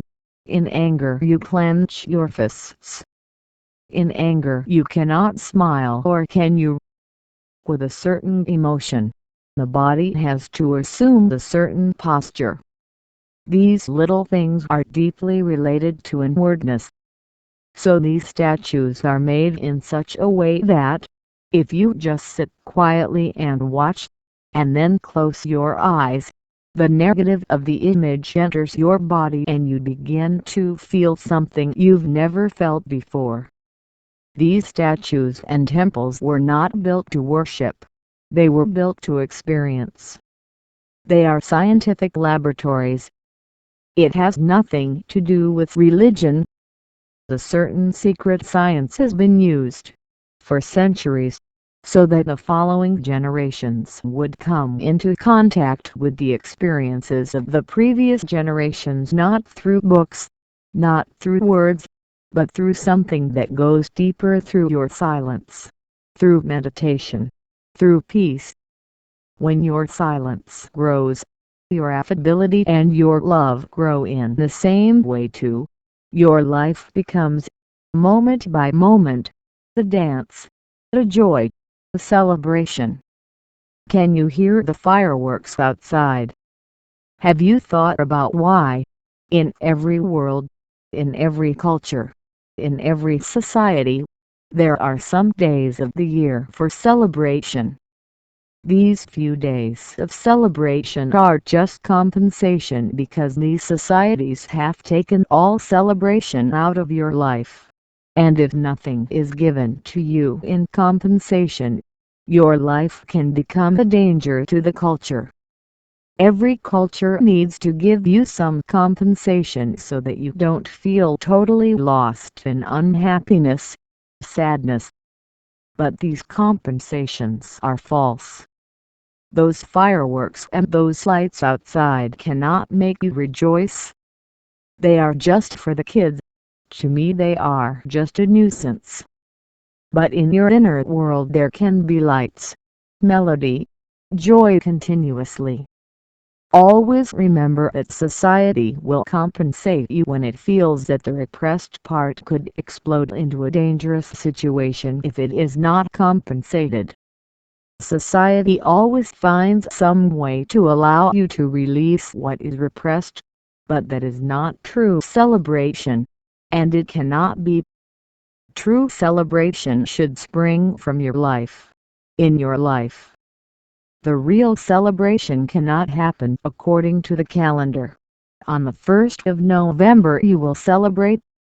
Strange, the whole year you are unhappy, and on the 1st of November you suddenly come out of unhappiness. You are dancing. Either misery was false or the 1st of November is false. Both cannot be true. And once the 1st of November is over, you go back to your black hole, each one in his misery, each one in his anxiety. Life should be a continual celebration, a year-round festival of lights. Only then can you grow, can you blossom. Turn the little things into celebration. For example, in Japan, there is a tea ceremony. In every Zen monastery, and in every house that has conditions, there is a small temple to drink tea. There, tea is no longer an ordinary, profane thing. They turned it into a celebration. The tea temple is built of a certain wood in a beautiful garden, with a beautiful pond, flowers everywhere. Guests arrive and must leave their shoes outside. It's a temple. And when entering the temple you cannot speak. You have to leave your ideas. thoughts and words outside with your shoes. You sit in the meditative posture, and the hostess, woman who prepares tea for you, her movements are so graceful, as if she is dancing when preparing tea, placing the saucer and cup in front of you, as if you are a god. With such respect, she will greet you with a bow, and you will receive the greeting with the same respect. Tea is brewed in a special samovar that makes beautiful sounds, the music of its own. And this is part of the ceremony. Everyone should listen to the tea music first. So everyone is silent, listening. Birds singing outside in the garden, and the samovar. The tea is creating the song of its own. The peace all around. When the tea is ready and poured into everyone's cup, you must not drink it the way people usually drink it. First you will feel the aroma of tea. You will sip the tea in small sips as if it came from beyond. It will take time. There is no rush. Perhaps someone will start playing the flute or sitar. In ordinary think just the tea, and they created a beautiful religious festival, and everyone comes out of this ceremony nourished, fresh, feeling younger, more alive. And what can be done with tea can be done with everything, with clothes, with your food. People are living almost asleep. Every fabric has its own beauty differently. It has its own texture. If you're sensitive, clothing isn't just for covering your body. Then it becomes something that is expressing your individuality, something that is expressing your taste, your culture, your being. Everything you do should be expressing you. It should have your signature. Then life would become a continuous celebration. Even if you get sick and have to stay in bed, you will make those moments in bed moments of beauty and joy, moments of relaxation and rest, moments of meditation, moments of listening to music. There is no need to be sad about being sick. You should be happy.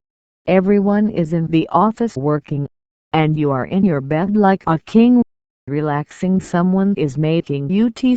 The samovar is singing the song. A friend has offered to come and change the flute for you. These things are more important than any medicine. When you are sick, call a doctor. But most importantly, call on those who love you, because there is no medicine more important than love. Call on those who can create beauty, music, poetry around you, because there is nothing that heals like an atmosphere of celebration. Medicine is the lowest form of treatment. But we seem to have forgotten everything. So we have to depend on medicine and be grumpy and sad as if we were missing some joy we could have at the office. In the office you were miserable just one day off, and you cling to even unhappiness, doesn't want to give up on her. Do it all in the creative way. The worst make it better. This is what I call the art. And if a man lived all his life making each phase something beautiful, loving and happy, the love, the joy, naturally his death will be a culmination of his whole life's commitment. The last touches. His death won't be ugly like it usually happens every day with everyone. If death has no beauty, it means that all his life was a waste. Death should be a quiet acceptance, a loving plunge into the unknown, a joyous goodbye to old friends, to the old world. There should be no tragedy in death. A Zen master, Linkai, was dying. Thousands of disciples had gathered to hear the last sermon, but Linkai was simply lying there happily, smiling, and not saying a single word. Seeing that he was about to die and that he didn't say a single word, someone reminded Lin Kai of an old friend, the master himself. He wasn't Lin Kai's disciple, so he could tell him, "Lin Kai, have you forgotten that you need to say your last words? I've always said that you have no memory. You're dying. Have you forgotten?" Lin Kai just said, "Just listen."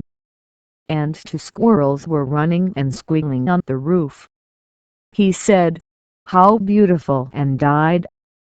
For a moment, when he said just listen, there was absolute silence. Everyone thought he was going to say something big, but just two squirrels fighting, squealing, running across the roof. And he smiled and died. But he gave his last message. Don't make things small or big, trivial or important. Everything is important. Right now Lin Kai's death is as important as the two squirrels running on the roof. There is no difference. In existence, everything is equal. That was his whole philosophy, the teaching of his whole life. There is nothing great and there is nothing that is small. It's all up to you. It all depends on you. It all depends on your posture. Start with meditation, and things will keep growing in you. Silence, serenity, joy, sensitivity, and whatever comes out of meditation, try to bring it to life. Share it, because what is shared grows quickly. And when you have reached the moment of death, you will know that there is no death. You can say goodbye, but there's no need for tears of sadness. Maybe tears of joy, but not of sadness. But you have to start by being innocent. So, first throw away all the rubbish, and one wonders what for. Just because people have been telling you that these are great ideas, great principles, you have not been smart with yourself.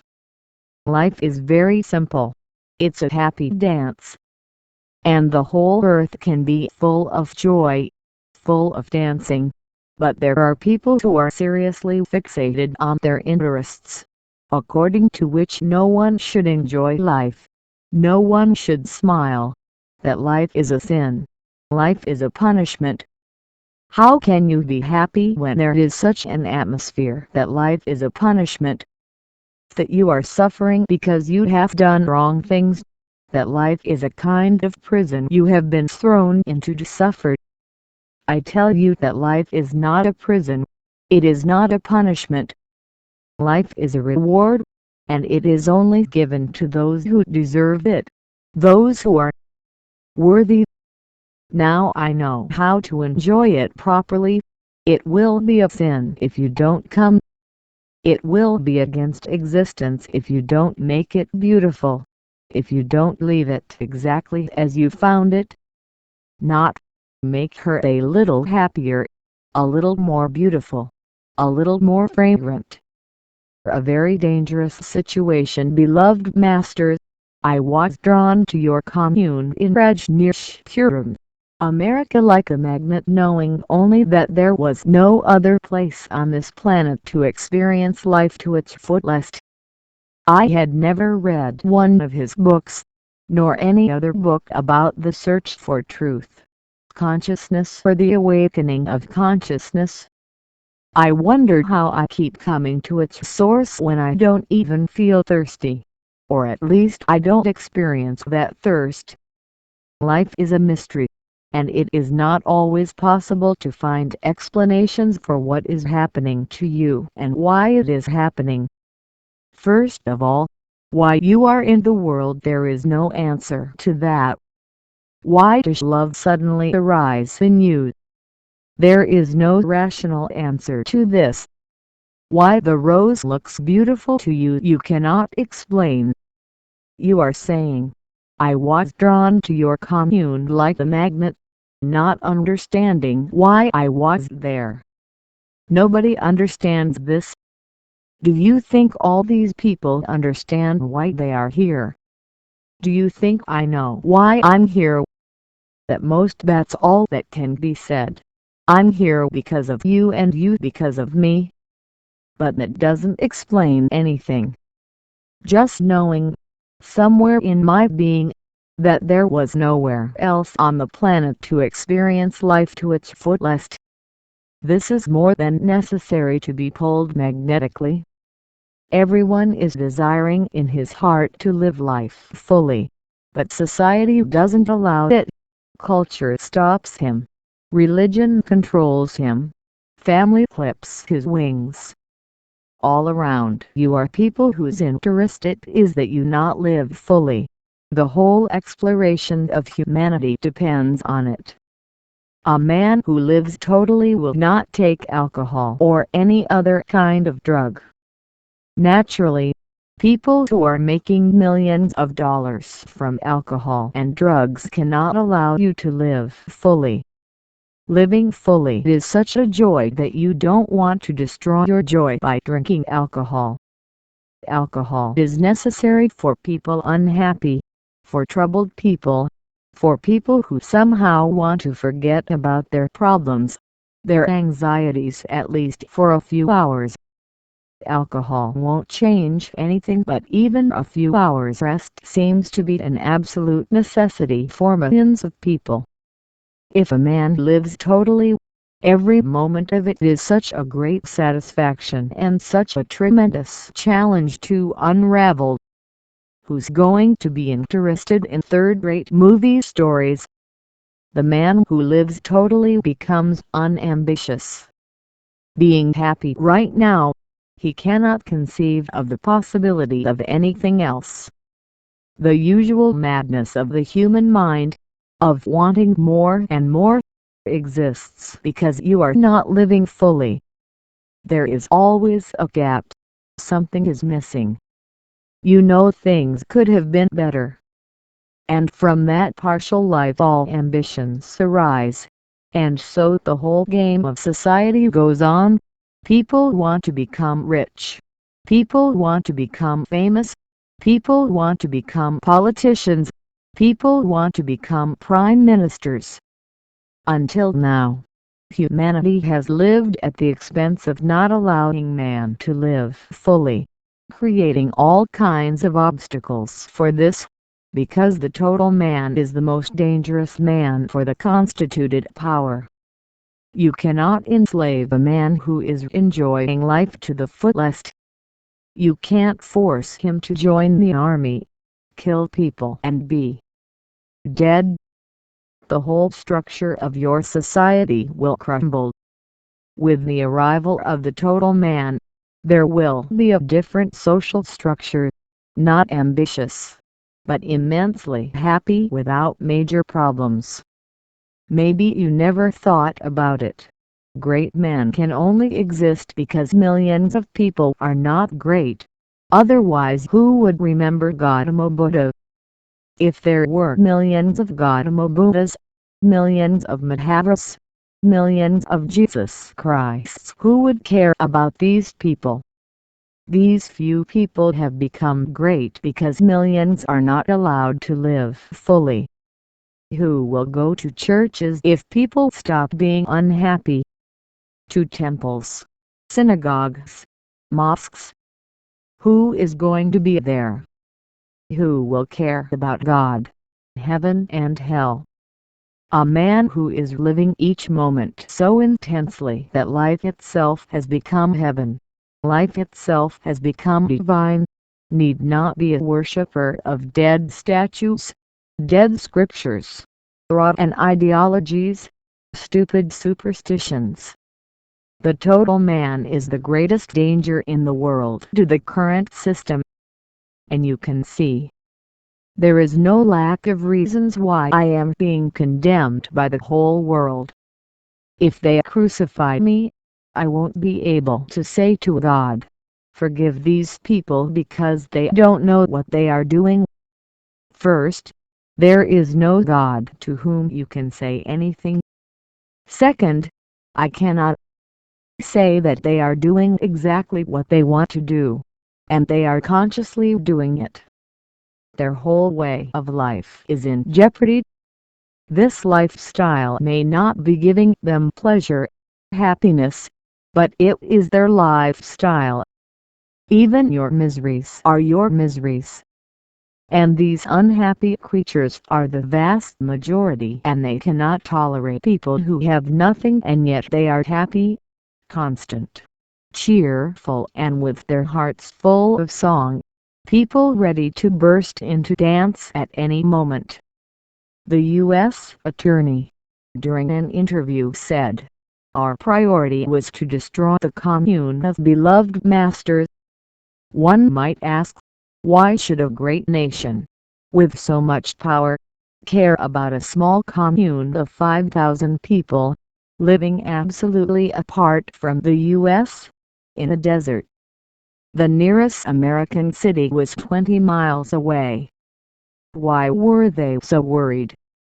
Why in the entire Christian church were they condemning me? For the simple fact that these 5,000 people were living without inhibitions. They were really living in total freedom. They had abandoned all barriers.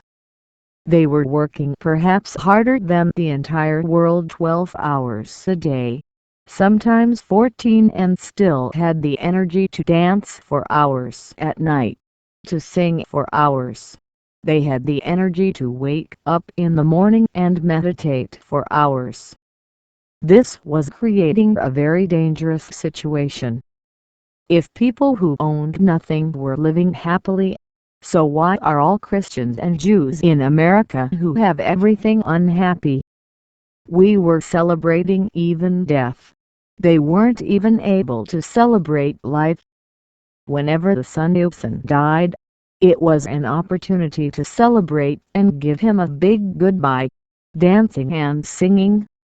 He is leaving on an eternal journey, and maybe we will never meet again. This is not the time to mourn, to be unhappy, to cry. This has become an issue for the U.S. For that reason, destroying the commune became a priority for the Americans, and they did everything illegally, criminally, and unconstitutionally. But those 5,000 people were defenseless. They had never imagined that being happy could become a danger to their lives, that in an unhappy world, you must behave exactly as others are behaving. When everyone is crying, in tears, you must not laugh. Those crying people will kill you. You were attracted to the commune by the fact that you had not read any books and were not polluted with borrowed knowledge. You weren't looking for the truth. Otherwise, naturally, I would have searched the scriptures, looking for rabbis, bishops, learned people. Because you were not interested in seeking the truth, and you were no longer reading my books, or the books of others. You had an innocent, pure mind. That was the quality that made you feel drawn to the commune. And once in the commune, you can see that life can be lived in a totally different way, in a smarter way. That man has squandered a great opportunity.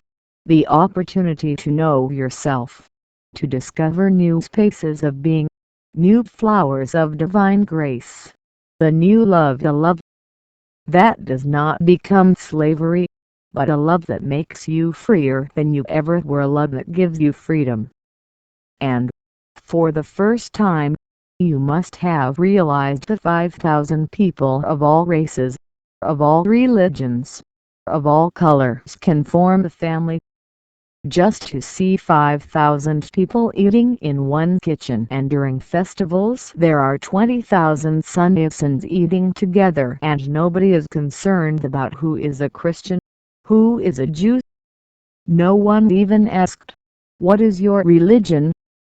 Everyone understood that our religion is to live totally, completely, and allow everyone to live their own way, according to what they like and what they don't like.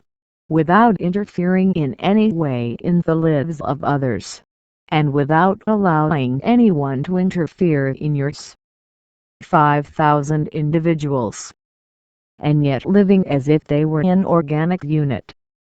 You came to this source because of your intelligence and your innocence. And whether you are thirsty or not, there are thirsts that your mind does not know at all. They are so immersed in your unconscious. But when you come to the source, you find great contentment. You may not be aware of that thirst, but you will be aware that something has been quenched within you.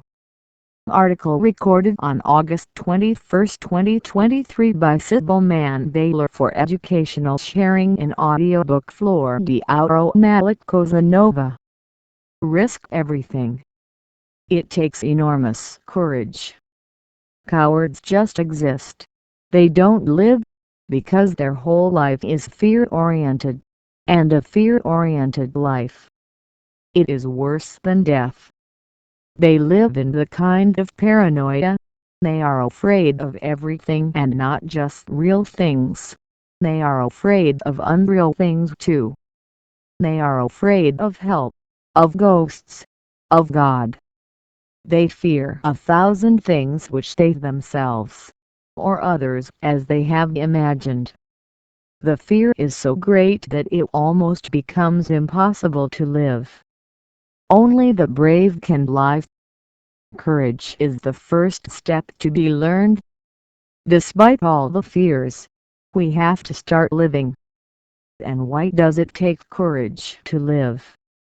Because life is in security. If you become too concerned about protection, you will remain confined to a small corner, almost a prison, built by yourself. It will be safe, but it will not be alive. There will be no ecstatic adventure. Life is all about exploring, stepping into the unknown, reaching for the stars. Be brave and deposit everything at the feet of life. Nothing else is valuable. Don't sacrifice your life for small things, money, security. None of that has any value. Each must live his life as fully as possible. Only then does joy arise.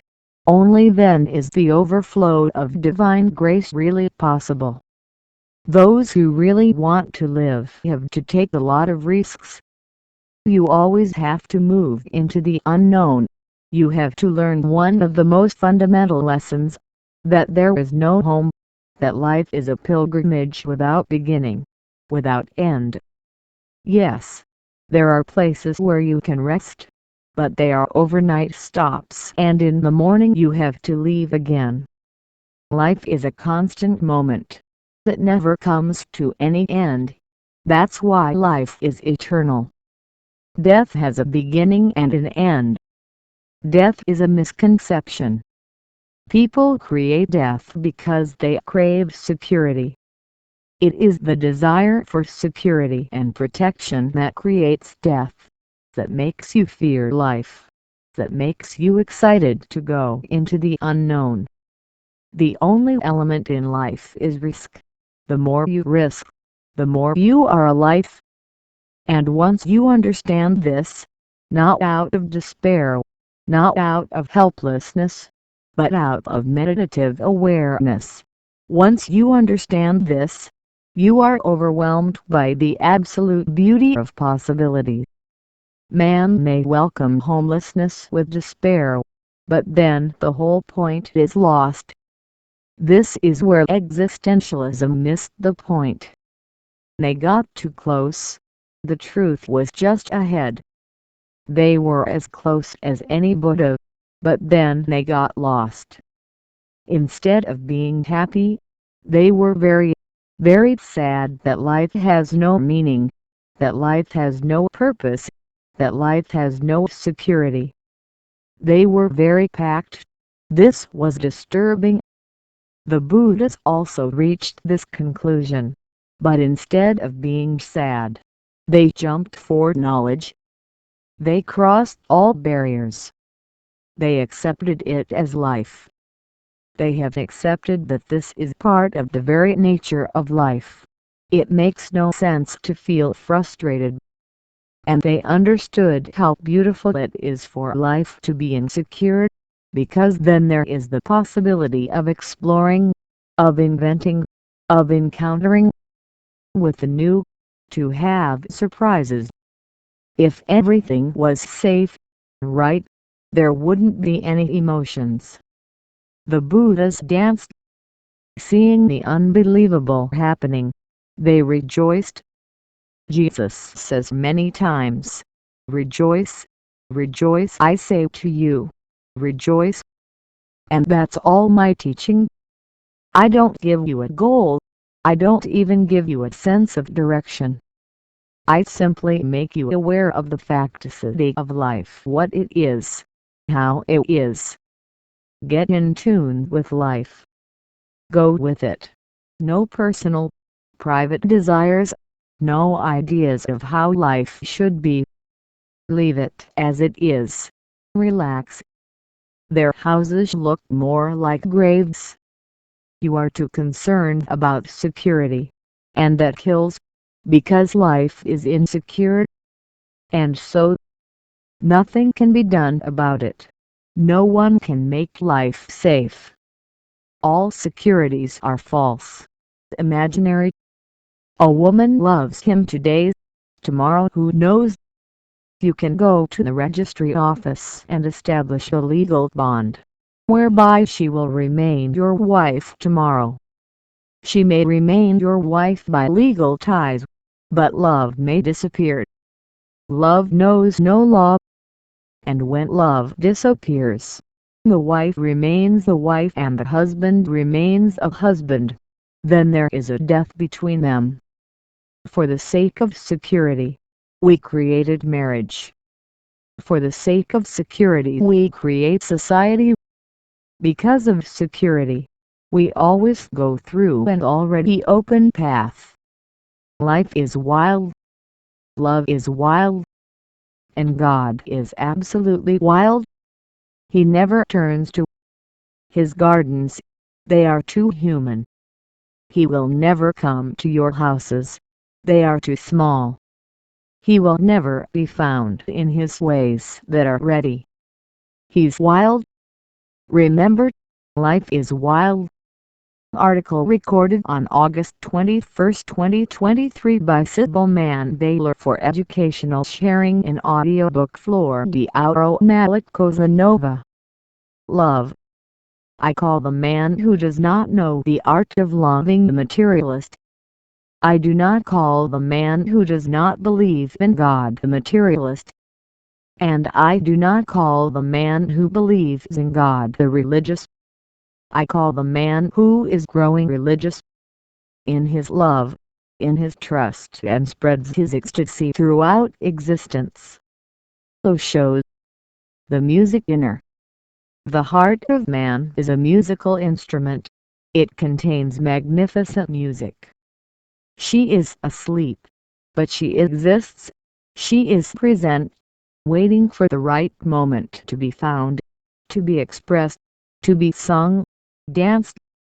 A man without love will never know that this music starts to become alive, active, awake, and potential becomes reality. Love awakens the process. Love is a catalyst. And if love is not awakening the inner music process, then it must be something else masquerading as love, not love. It could be lust. It could just be sexuality, sensuality. There is nothing wrong with sexuality and sensuality, nothing wrong with lust. I am not condemning them. They are good as they are, but they are not love. They can pretend they are love. They can trick someone into believing they are love. And the criterion for knowing if it is, if your inner music starts flowing, then there is love. Suddenly you feel in deep harmony. You are no longer the discord. You become a chord. You are no longer chaos. You become cosmos, and life begins to have a new quality, the quality of joy, the quality of joy. That's the only criterion. Keep going deeper and deeper into love, and one day you will tap into your inner light. And after that, your life will never be the same. In fact, after that, life really begins. What is love? Why does love feel like unbearable pain? Love. Beloved Master, what is love? Why am I so afraid of? You ask. What is love? It is the deep desire to be one with the whole, the deep desire to dissolve the I, the you, into oneness. That's what love is. Because we are separated from our own origin, so we feel the need to return to a whole. If you uproot a tree, it will feel a great desire to root itself in the ground, because that is its true life. Now she is dying. Separated, the tree cannot exist. It has to exist on earth. This is love. Your ego has become a barrier between you and your land, the whole. Man is suffocated. He cannot breathe. He has lost his roots. He is already nourished. Love is a craving for nourishment. Love is rooting yourself in existence. And the phenomenon becomes easier if you fall into the opposite pole. That's why man is attracted to the woman, and the woman to the man. The man can find his land through the woman. He can get his feet back on the ground through the woman, and the woman can put her feet on the ground through the man. They are complementary. Man alone is half. When these two halves meet and blend and merge, for the first time we feel grounded. Grounded. It's not just the woman you root yourself in. It is through the woman that you are rooted in God. Woman is just a door. Man is just a door. Man and woman are just doors to God. The desire for love is the desire for God. You may understand this, or you may not understand it, but the desire for love really proves the existence of God. There is no other port. Because man loves God is. Because man cannot live without love, God is. The urge to love simply says that alone we suffer and die. Together we grow. We are nurtured, fulfilled. You ask, what is love? Why am I so afraid of love? That's why a person is afraid of love, because the moment you enter a woman you lose your ego, and the woman when you enter a man she loses her ego. Now this needs to be understood. You can be rooting in the whole only if you lose yourself. There is no other way. You are drawn towards the whole because you are feeling malnourished. And then, when it comes time to disappear into the all over, you start feeling very afraid. A great fear arises because you are losing yourself. You back off. This is the dilemma. Every human being has to face it, go through it, understand and transcend it. You have to understand that both these things are arising from the same thing. You feel that it would be beautiful to disappear. No worries. No anxieties. No responsibilities. You will become part of the whole, like the trees and the stars. The simple idea is fantastic. It opens doors, mysterious doors into your being. It gives birth to poetry. She is romantic. But when you really dive into it, the fear arises that I'm going to disappear, and who knows what will happen next. It's like a river reaching the desert, listening to the whisper of the desert. The river hesitates. It wants to go beyond the desert. It wants to go in search of the ocean. You feel that there is a desire, a subtle feeling, the certainty and conviction that my destiny is to go further. No possible reason can be given, but there is an inner conviction that I won't end up here.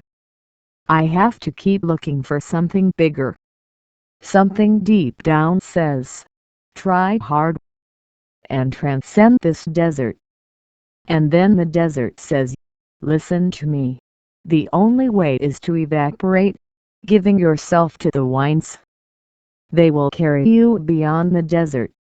The river wants to go beyond the desert, but the doubt is very natural. What is the proof, the guarantee that later the winds will allow me to return to being the river? Disappeared. I will not be in control of the situation at all. So what is the guarantee that I will again become the same river, the same form, the same name, the same body? And who knows? And how could I trust that once I've surrendered to the winds they'll let me come back together? This is the fear of love. You know, you're convinced that without love there is no life. Without love you remain hungry for something unknown. You remain unsatisfied, empty. You are hollow. You are just a container without content. You feel the vacuum, the emptiness and the torment of it. And you are convinced that there are means capable of filling it. But when you approach love, great fear arises, doubt arises. If you relax, if you really go into it, will you be able to come back again? Will you be able to protect your identity? Is it worth taking that risk? And the mind decides not to take that risk, because at least you are undernourished, underfed, hungry, miserable, but at least you are disappearing in some love. Who knows? You would disappear. And what is the guarantee that there will be happiness? There will be beatitude. There will be God. It is the same fear a seed experiences when it begins to die in the soil. That is death. And the seed is incapable of conceiving that there will be life arising out of this death. Love is the dance of your life. Life is an opportunity. It is the soil in which the roses of love bloom. Love in itself is precious. It has no purpose. It has no meaning. It has immense importance, immense joy. It has an ecstasy of its own. But these are not meanings. Love is not a business in which goals matter. There is always a certain madness in love. And what is this madness? The crazy thing is you can't prove why you love. You can't prove why you love. You cannot give any sensible answer to your love. You can say I do a certain thing because I need money. You need money because you need a house. Because how can you live without a house? In your ordinary life, everything has some purpose, but love cannot be given any reason.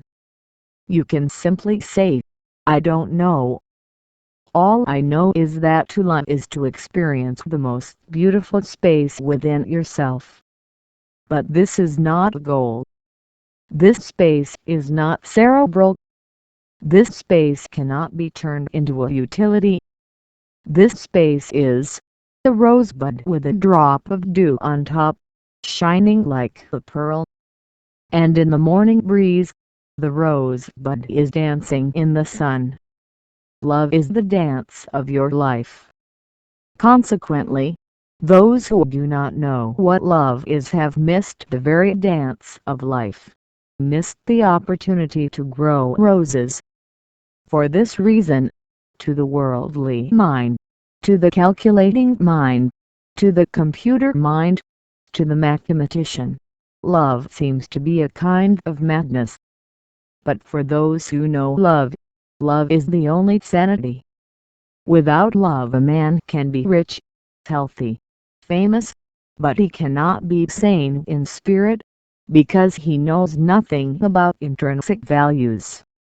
Sanity is nothing but the fragrance of roses blooming in your heart. Those who love do not need psychiatric treatment. In reality, love is the greatest healing force in life. Those who stop living it remain empty, unrealized. Ordinary madness has no method, but the madness called love has a certain method. What method is this? He makes you joyful. He makes life the song. He brings you immense joy. Have you ever watched people? When someone falls in love, there is no need to declare it. You can see that a new depth has dawned in his eyes. You can see in your face a new grace, the new beauty. You can see it on your floor, the subtle dance. It's the same person, however it's not the same person. Love came into your life. Spring has come in your being. Flowers have bloomed in your soul. Love brings immediate transformations. The man who cannot love cannot be intelligent either. It cannot be graceful. It can't be pretty. His life will simply be a tragedy. All the religious teachers have told him his life is futile because it is just a bubble of soap. Today it exists, tomorrow it is gone. Her life in this world has no value at all, because it is momentary. Its only use is if you renounce it. And by renouncing life, you can attain virtue in the eyes of God. A strange ideology, but it has dominated the human mind for centuries without ever being questioned. Particularly in the East, the world is illusory. Why is the world illusory? Because it is changing, and whatever changes is of no value, of no use. Only the permanent, that which remains the same, is meaningful. Seek the permanent, and renounce the impermanent, is, in a way, the attitude of all religions in the world. Accept change, everything else changes. Unless you want to make a god of change because that's the only permanent thing in the world. You can't find anything else that can point you to a permanent god. Love life, because life is a changing thing. It is a flux, every moment. When you walked into this auditorium, you were a person. You will not be the same person. You only seem to be the same. In these 2 hours, so much changes in you.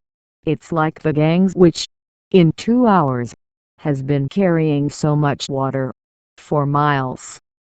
Although it looks the same, it's not the same amount of water as there was in those previous 2 hours. Heraclitus says that life is a stream, a river, and remember, you cannot step into the same river twice, because the same reed will not be the same. The people who know most about happiness are those who are attuned to the changing nature of life, who can even love soap bubbles sparkling in the sun, creating little rainbows. These are the people who know happiness the most. Your saints know only misery. Just look at their faces.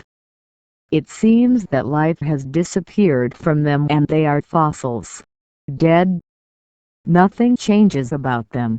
They live a small life of ritual and condemn everything that changes. Why is pleasure condemned? Because it's always changing. Why is luck condemned? Because it's always changing. Why did these religions create marriage instead of love? Because it is possible to give marriage at least an illusory permanence, through laws, through conventions. through fear of losing respect, through fear of what will happen to our children.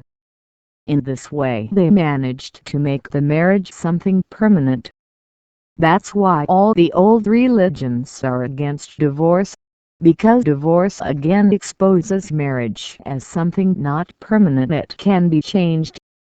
For thousands of years, marriages were made for young children. Even case records of unborn children who, being in the mother's womb, were married. Two families agree that if one of the children is a boy and the other a girl, then the marriage is arranged. In India, even today, children of 7, 8 years old are married, although it is against the law. But it does not go against tradition. Why such a rush to marry off children who don't even know the meaning of love or what's going on? The reason is to make marriage happen before they become adults and love arises in their hearts. So when love arises in their hearts, they will already have a husband, and they will have a wife. It is to destroy love that child marriage has been adopted throughout the world. It is not a coincidence that marriage creates more miseries than anything else in the world, because it destroys the only possibility of happiness, the event of love. The heart never dances and people live and die without knowing love. Seeing the soap bubbles, seeing the butterflies, seeing the rosebuds dancing in the wind, that's what brings the heart to tears and song. Tears are of joy because life is so alive that nothing can be permanent, only dead things can be permanent. Can your God dance? Can your God love? Can your God chase butterflies? Can your God pluck wild flowers and celebrate with tears and song? So a God like that will be truly representative of life. A God like that will be life itself. Article recorded on August 21, 2023 by Sybil Mann Baylor for educational sharing in audiobook flower-deathless Cosa Nova. Like and share. The 4 steps towards love. Love is encounter, the orgasmic encounter between death and life. Unless you come to know love, you have lost. You were born, you lived and you died, but you lost. You've missed it absolutely. You've missed the gap in between. This range is the highest peak, the ultimate experience. To reach it, there are 4 steps to be celebrated. Be here and now, because love is only possible in the here and now. You cannot love in the past. Many people just live in the memory they loved in the past. And others who love in the future, and that can't be done either. Those are ways to avoid love. So you love in the past or you love in the future, and love is only possible in the present. Because only in this moment are life and death meeting. In the dark gap that lies within you. This dark interval is always present. Always present. Always present. It is never the past. It is never the future. If you think too much about the past or the future, your energies will be diverted. Of feelings. Feeling is in the here and now. If your energies are going into thinking, you won't have enough energy to penetrate your feelings. Love won't be possible. So the first step is to be in the here and now.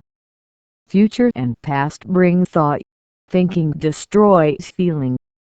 And a person who is too obsessed with thinking ends up forgetting that he also has a heart.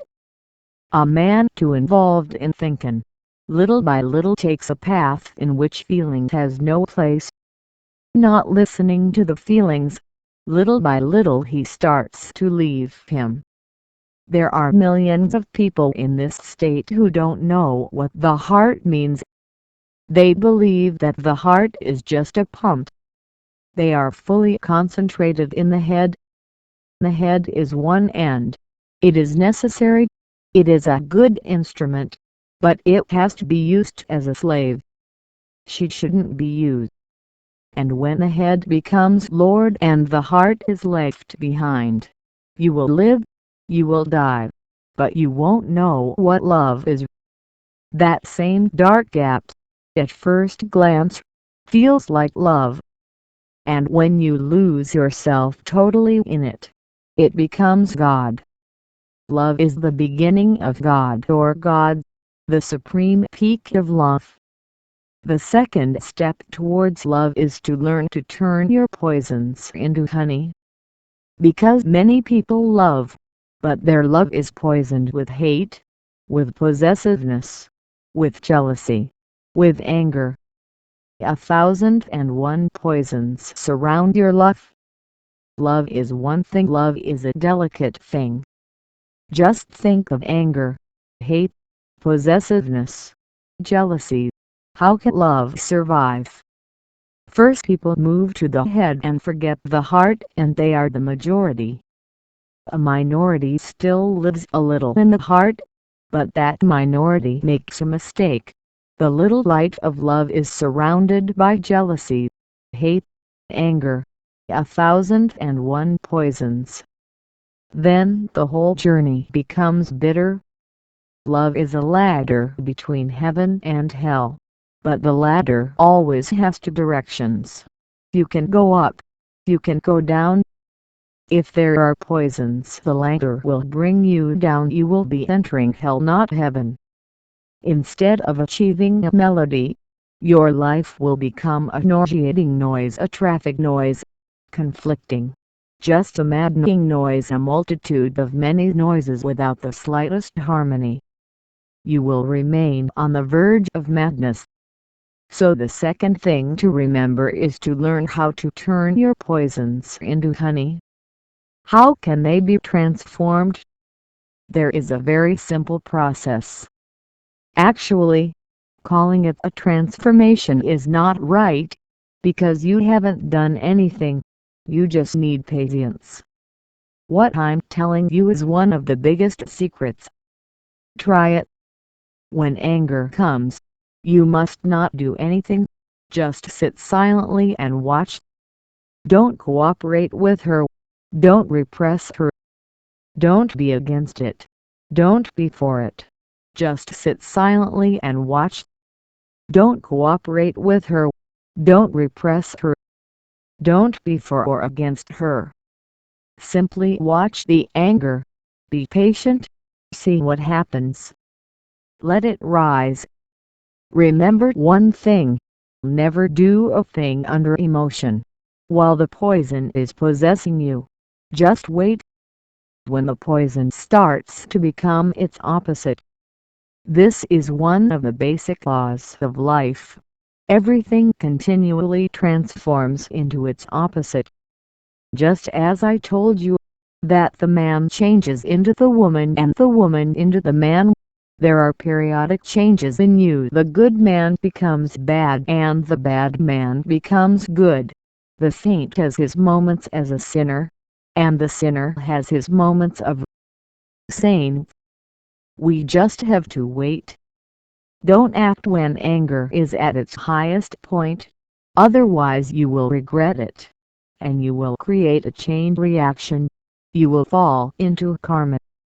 That's the whole meaning of going into karma. He will do anything when he is in a negative moment, and you will enter the negative current that will never end. Negativity breeds more negativity. Anger breeds more anger. Hostility begets more hostility. And one thing leads to another, in an endless process. And people have been entangled with each other for lifetimes, and still are. Hang on. When you are angry, that is the time to meditate. Do not miss this opportunity. Anger is creating so much energy within you. She can destroy. But energy is neutral. The same energy that can destroy can be creative. Hang on. The same energy that can annihilate, can gush life. Just wait. Waiting and not doing nothing in a hurry. One day you will be surprised to see the inner change. You were full of anger, and the anger builds to a climax. And then the wheel turns. And you can see that the wheel is turning, the anger is relaxing, and the energy is released, and now you are in a positive mood, the creative state. Now you can do something. Now do it. Always hope for the positive. And what I'm saying is not regressive. I'm not saying to repress the negative. I'm saying look at the negative. Remember the difference. There is a tremendous difference. I'm not saying repress the negative. Forget the negative. No, I'm not saying that. I am not saying that when you are angry, don't smile.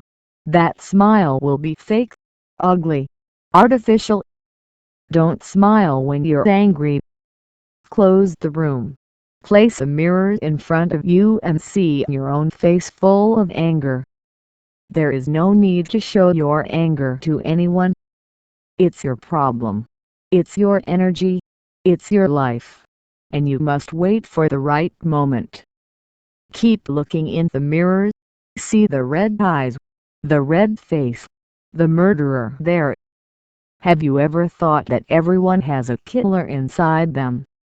You also carry a killer inside you. Don't think that the murderer exists somewhere else. Someone else is a murderer for having killed somebody. No, everyone has the possibility of committing murder. You carry the suicidal instinct within you. Simply look in the mirror. These are yours.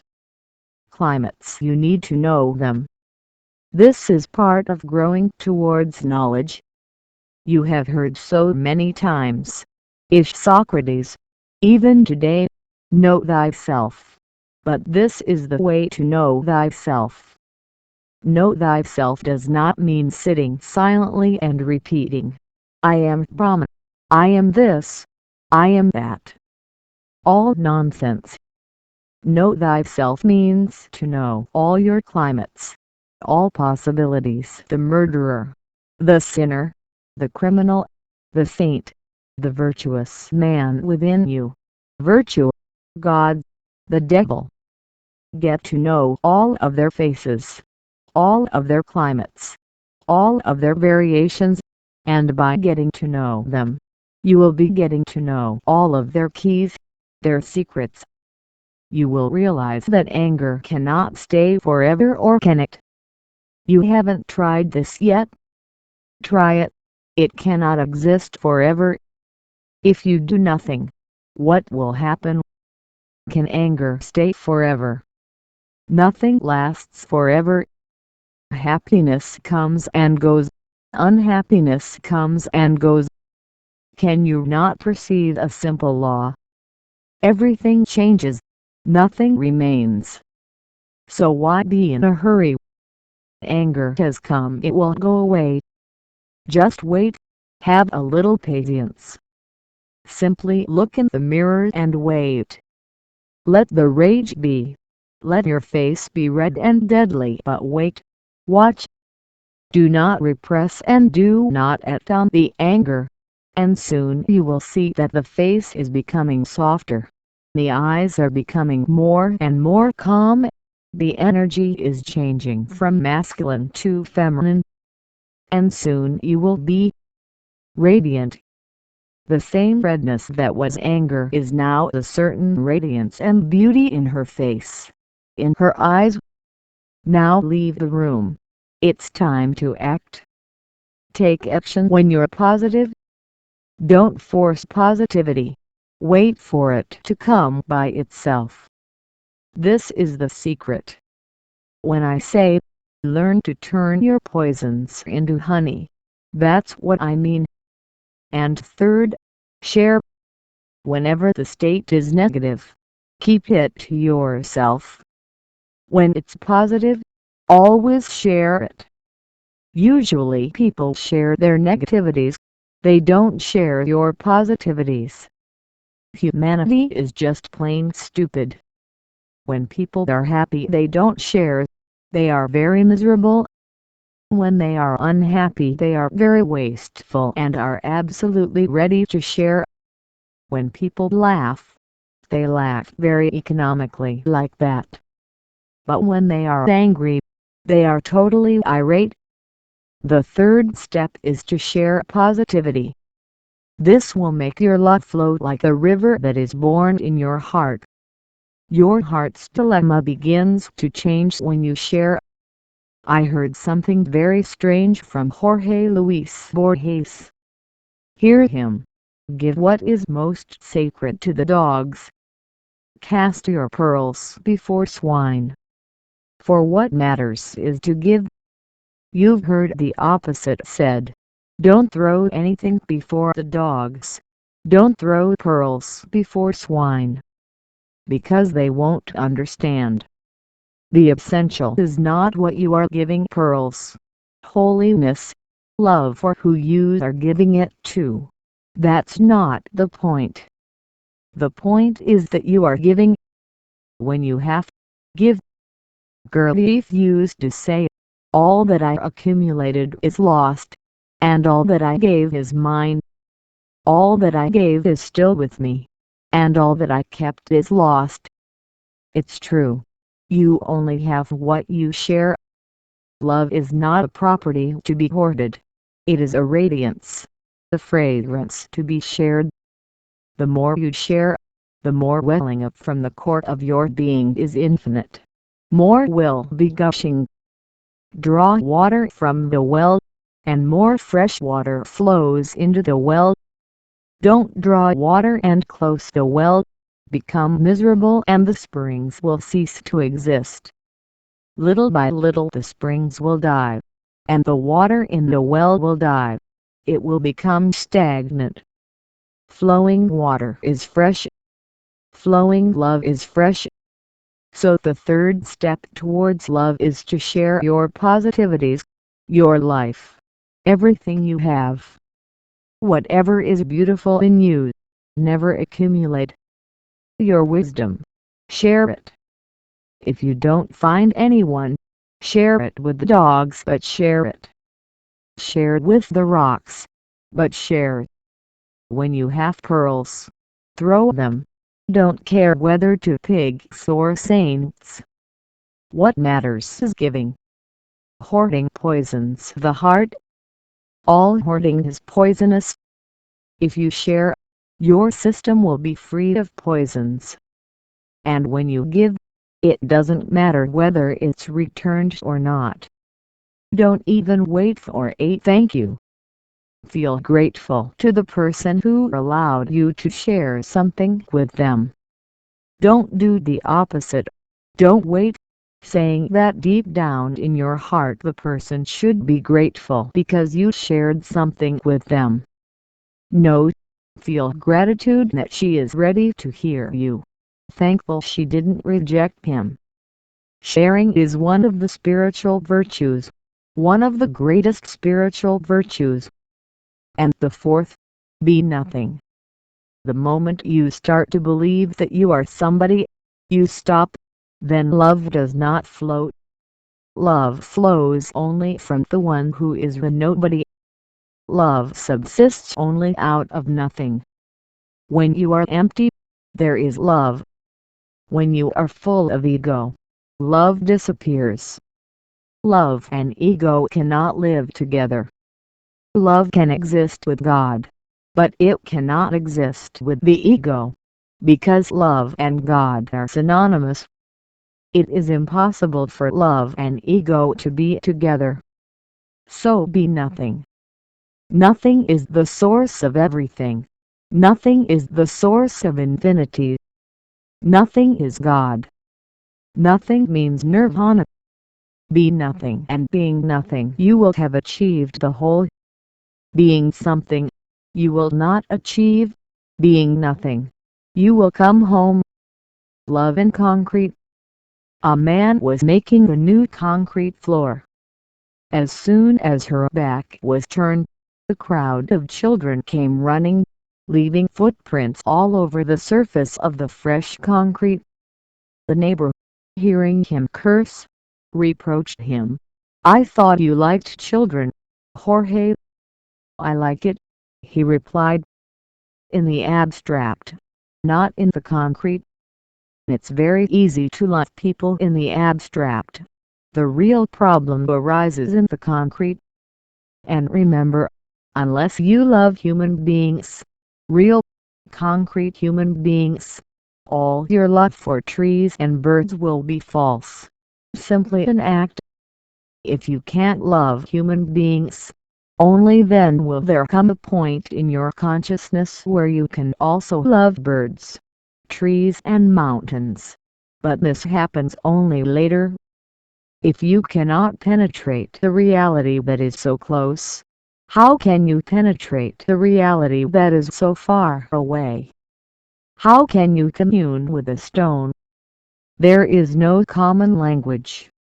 Either you will have to become a stone, or a stone will become human. Otherwise, wait, the distance is very vast, impassable. First transpose it with people. I know it's possible to love a tree, but that is only when you have loved human beings so deeply, so totally, that you have found trees in human beings, that you have found animals in human beings, that you have seen birds in human beings just like that. Because the human being was all these things, he still carries marks in his unconscious, or in the collective unconscious. Once you were a tree, a bird, an animal, a stone.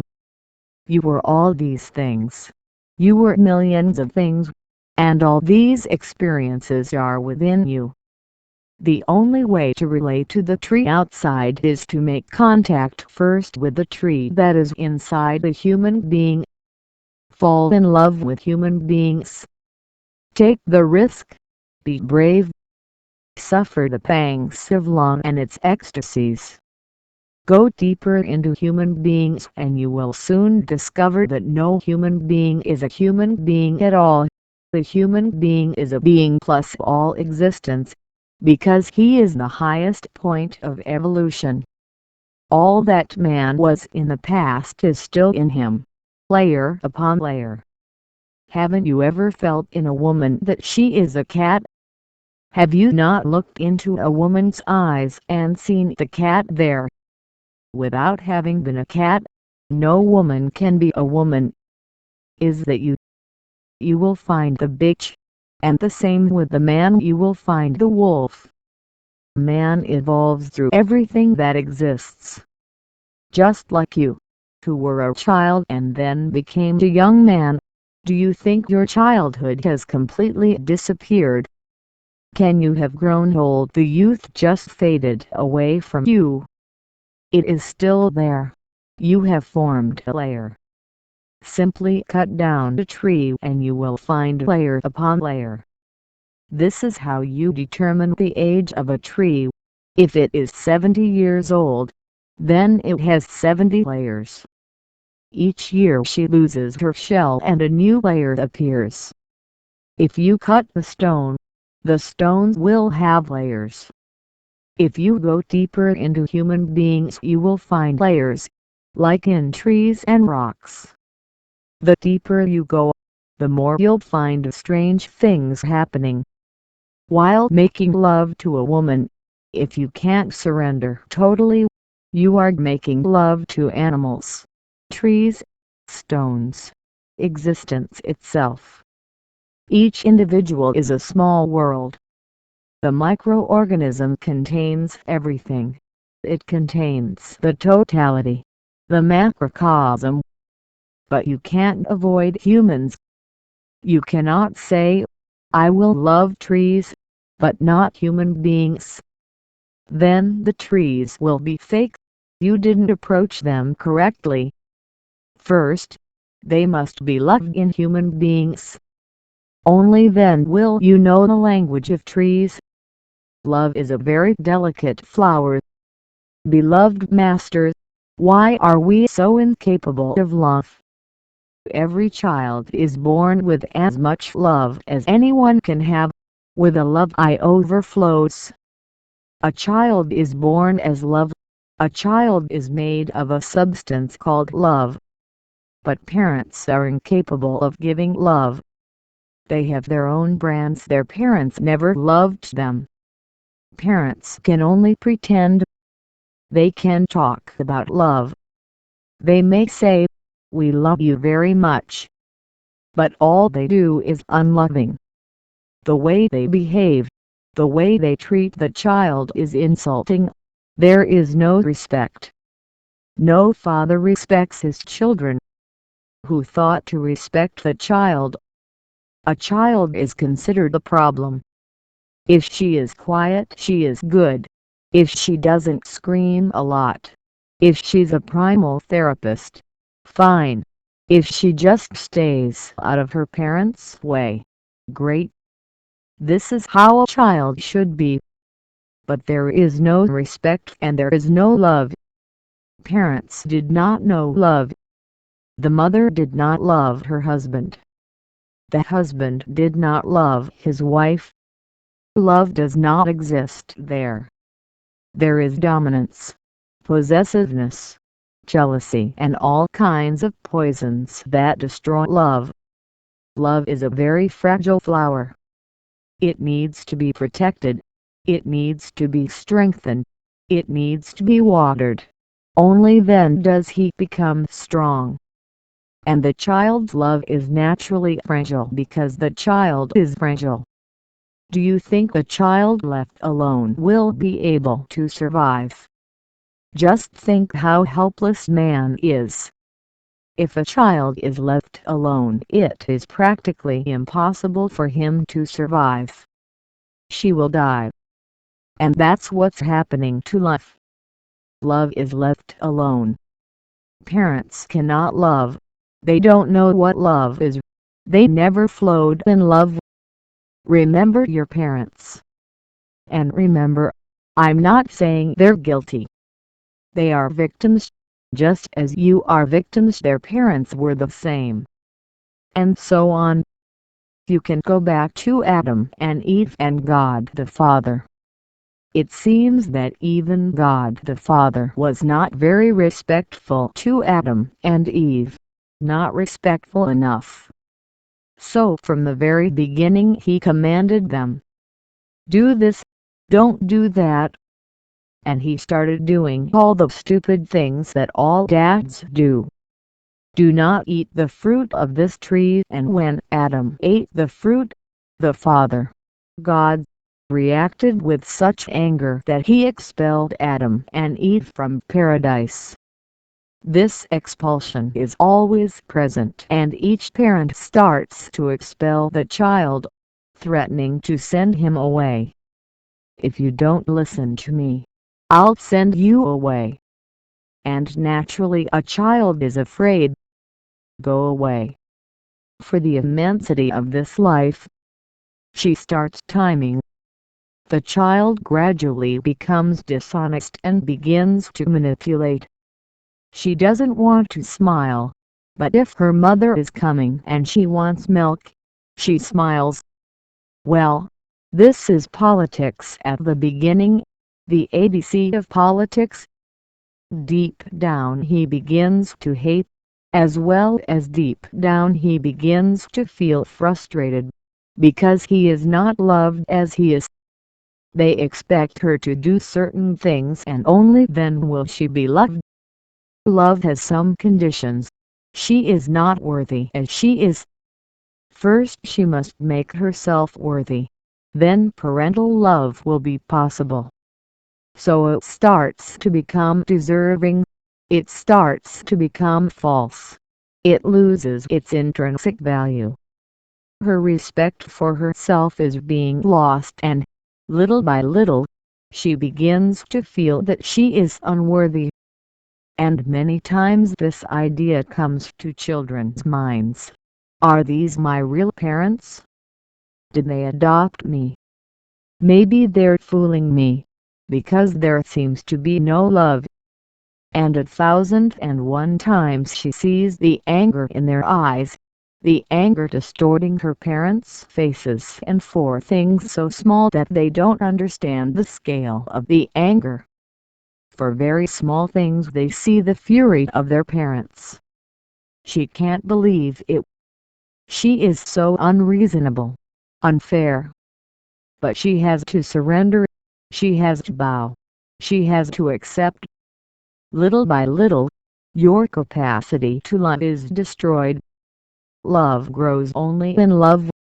Love needs an environment of love. This is the most fundamental thing to remember. Only in an environment of love does love grow. He needs the same kind of heartbeat all around. If the mother is loving, if the father is loving, not just to the child, if they are loving to each other, he will never ask what love is. She'll know from the start. Love will become its basis. But that doesn't happen. It's unfortunate, but so far it hasn't happened. And you learn your things from your parents. Their complaints, their fears, their reproaches. Simply go watching. If it's a woman, watch. You must be almost repeating what your mother used to do.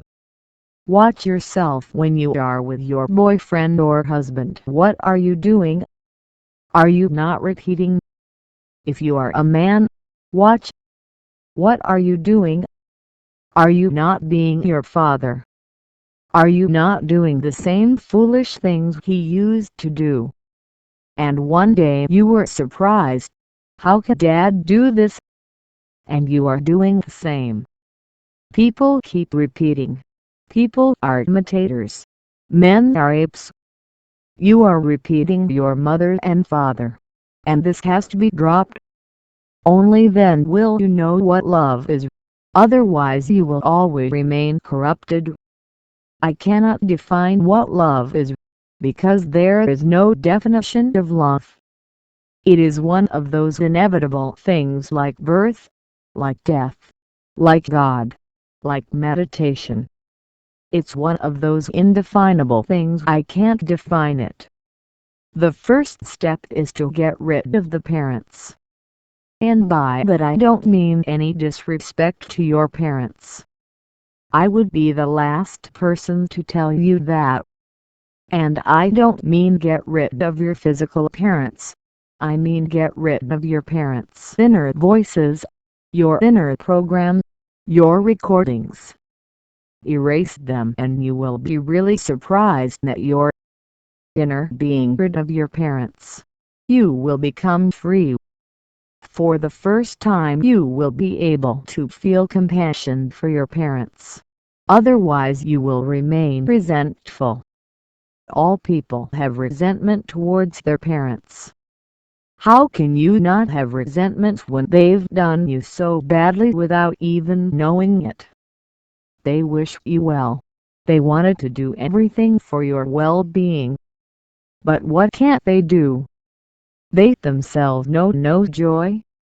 They are robots, and consciously or unconsciously, deliberately or inadvertently, they will create an atmosphere in which the child will sooner or later become a robot. If you want to become a man, not a machine, get rid of your parents. And you will have to watch. It's hard work. It cannot be done instantly. You will have to pay close attention to your behavior. Notice when your mother is there, working through you. Stop then. Move away from it. Do something absolutely new that your mother would never have conceived. For example, your boyfriend is looking at a woman with a lot of appreciation in his eyes. So watch what you are doing. Are you doing what your mother would do under these same conditions? If you do the same, you will never know what love is. You will simply be repeating history. It will be the same situation played out by different actors. That's all. The same ingrained act. being repeated over and over and over again. Don't be a copycat. Get out it. Do something new that your father couldn't have conceived. This newness has to be brought into your being. Then your love will begin to flow. So the essential first step is to free yourself from your parents. The second essential step is, people think they can only love when they find someone who deserves their silly love. You will never find them because perfect women and men don't exist. And if they existed, nobody would care about their love. They won't be interested. I heard about a man who stayed single his entire life because he was looking for the perfect woman. When he was 70 years old, someone asked him, "You have been traveling and traveling from Kabul to Kathmandu, from Kathmandu to Goa, from Goa to Pune. You have been looking. Haven't you got a perfect woman?" "Not even one." The old man was very sad. He said, "I once met a perfect woman." The other asked, "So what happened? Why didn't you get married?" He was very sad, and said, "Do what?" She was looking for a perfect man. To flow and grow in love you don't need perfection. Love has nothing to do with the other. The loving person simply loves. Love has nothing to do with the other. The loving person simply loves. Just like a person breathes, drinks, eats and sleeps. Just like a living person, the loving person loves. You don't say, "Unless there is clean air, I will breathe." You keep breathing. Even in Los Angeles, even in Bombay, you go on breathing everywhere the air is poisoned. You keep breathing. You cannot allow yourself not to breathe just because the air is not good. If you're hungry, eat whatever it is. In a desert, if you're dying of thirst, you'll drink anything. You won't ask for Coke. Anything will do, any liquid, just plain water, even dirty water. The living man simply loves. Love is a natural function. So the second thing to remember, don't ask for perfection. Otherwise you won't find any love flowing in you. On the contrary, you will become very unloving. People who demand perfection are very unloving and neurotic. Even if they could find a beloved, or a lover, they will demand perfection, and love is destroyed because of that demand. Once a man loves a woman or vice versa, the demand comes in immediately. The woman begins to demand that the man be perfect, simply because he loves her. As if he had committed a sin. Now he is to be perfect. Abandon all of his limitations suddenly just for this woman. Now he can't be human. Either he is to become superhuman or he is to become fake. Naturally becoming superhuman is very difficult. So people become fake. They start pretending, laughing, playing. In the name of love, people are simply playing games. Remember, never demand perfection. You have no right to demand anything from anyone. If someone loves you, be grateful, but don't ask for anything because they are under no obligation to love you. If someone loves, that's a miracle. Be moved by the miracle. But people are not moved. For these little things they will destroy all possibilities of love. They are not interested in the love and joy it brings. They are more interested in other ego trips. Be interested in your joy. Everything else is non-essential. Love as a natural function, the same way you breathe. And when you love a person, don't start demanding. Otherwise, you're closing the doors from the start. Don't expect anything. If anything comes to you, feel grateful. If nothing comes, there is no need for it to come. There is no need for it to come. You can count on it. But look at people. Look at how they value each other. If your wife prepares food for you, you never thank her. I'm not saying you should verbalize her thanks, but it should be in her eyes. But you don't care. You count on it. That's her job. Who told you that? If your man makes money for you, you never thank him. You don't feel any gratitude. That's what a man should do. That's your mind. How can love grow? Love needs an atmosphere of gratitude, appreciation. Love needs an atmosphere of non-expectation. That's the second thing to remember.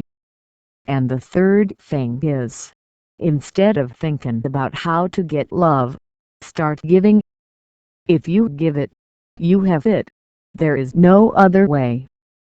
People are more interested in grabbing and getting it. Everyone is concerned with getting and no one appreciates giving. People give very reluctantly, and if they give, they do in order to receive, almost like merchants. They always keep thinking that they should get more than they give, that this is a bargain, a good deal. But the other is also doing the same. Love is not a business, so stop being a merchant. Otherwise you will totally miss your life, love and everything beautiful in it, because everything beautiful is not a business at all, a trade. Commerce is the ugliest thing in the world, the necessary evil. But existence knows nothing of commerce. Trees bloom. It's not a business. The stars shine. It's not a business, and you don't have to pay it. And nobody asks you for anything in return. A little bird comes, sits at your door and sings the song. And he won't ask you for a certificate or anything. He sings the song and then flies away happily, leaving no trace behind. This is how love grows. Give, and don't wait to see how much you can't take. Yes, it comes. It comes 1,000 times more, but it comes naturally on its own. There is no need to ask. When you order it, it never comes. When you order it, you killed it. So give. Start giving. In the beginning it will be difficult, because all your life you were trained not to give but to receive. In the beginning you will have to fight your armor. Your musculature has become stiff. Your heart has become frozen. You have become cold.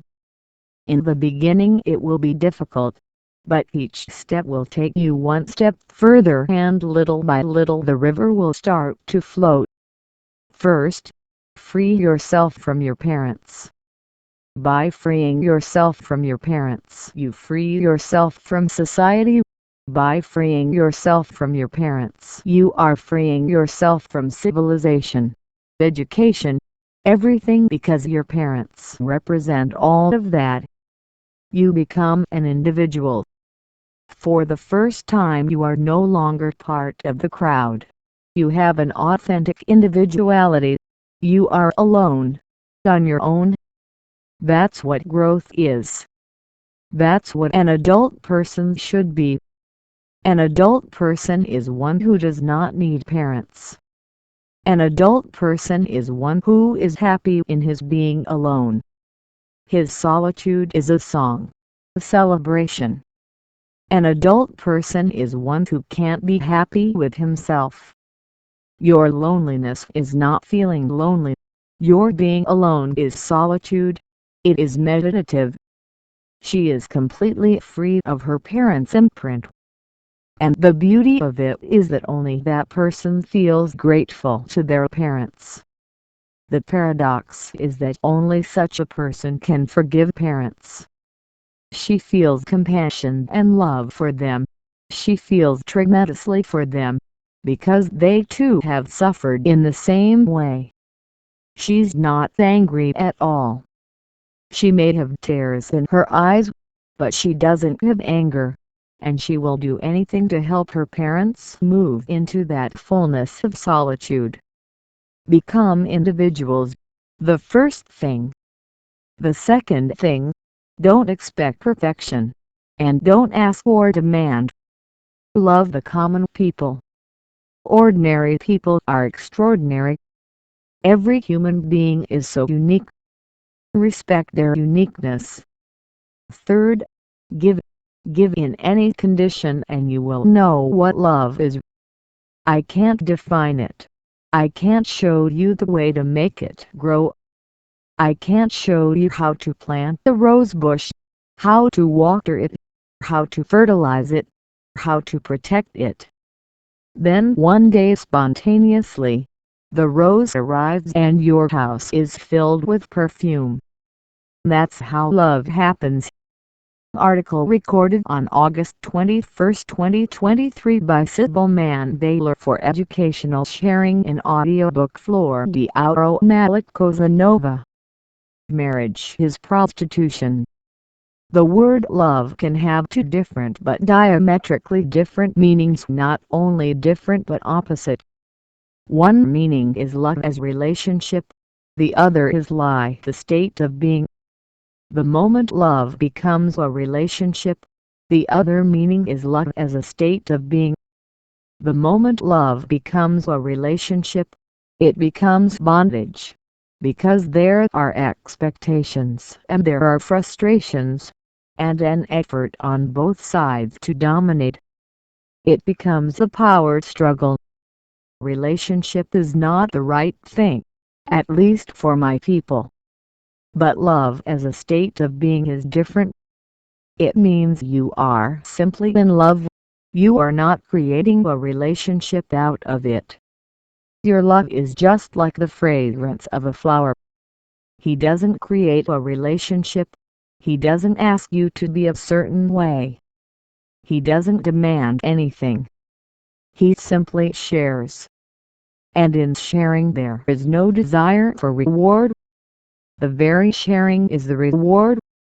When love becomes like the fragrance to you, then it has an extraordinary beauty, and something that is above so-called humanity.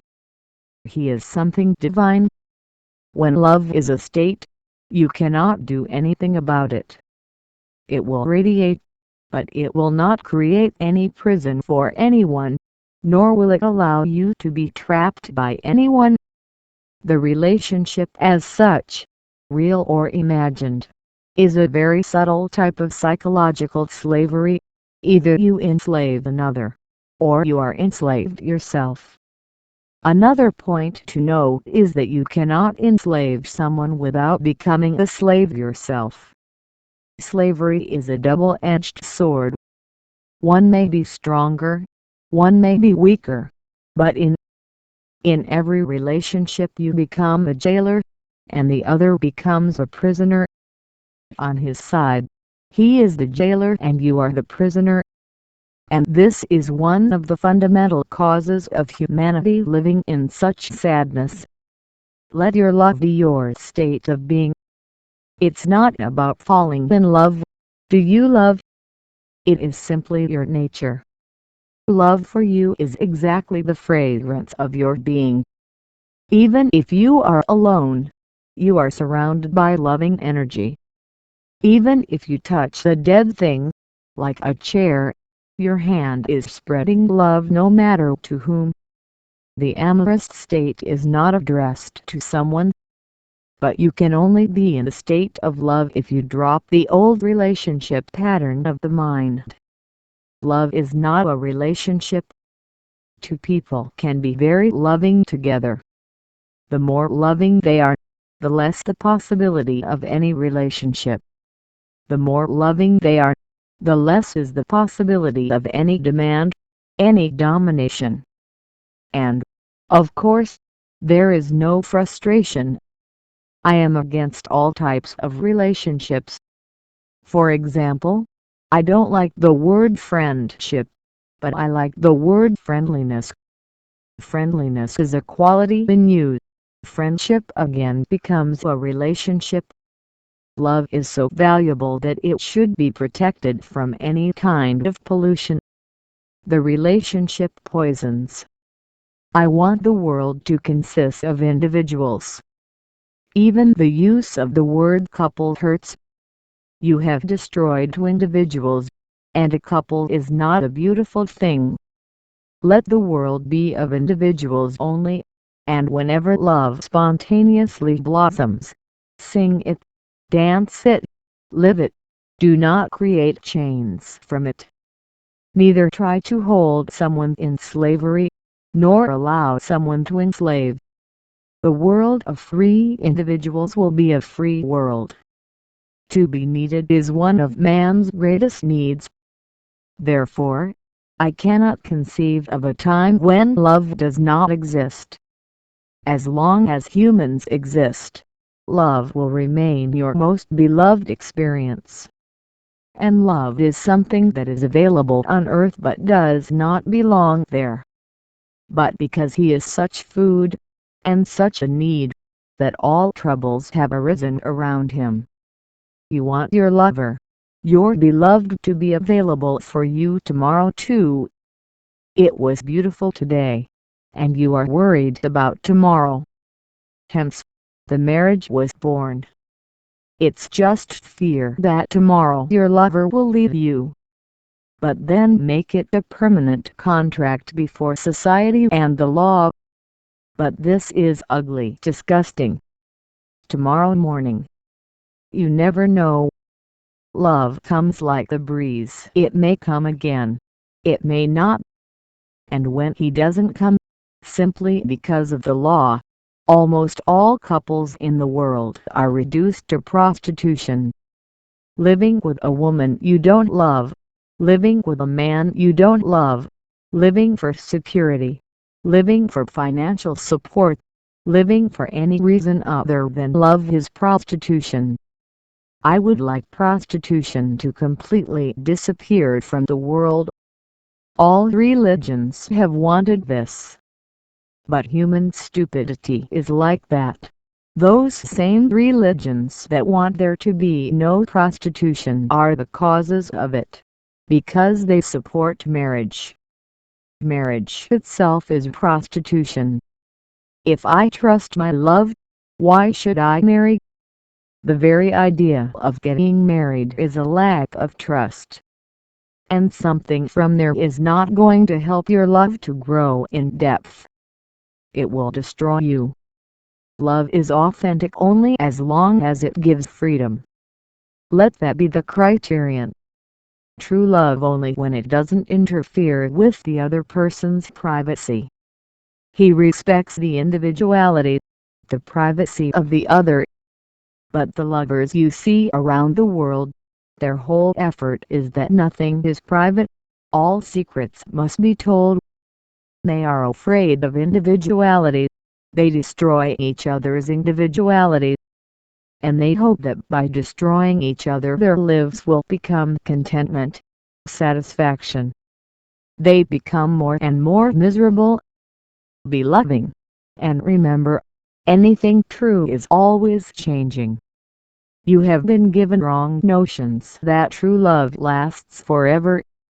A true rose does not last forever. The living being has to die one day. Existence is a constant transformation. But the notion, the idea that love must be permanent if it is true, and if love disappears one day, then it follows that it was not true. I want you to know, love came suddenly, but it wasn't by any effort on your part. He came as a gift from nature. At that time, you would not have accepted it if you had been worried that he would one day suddenly leave. As he comes, he goes.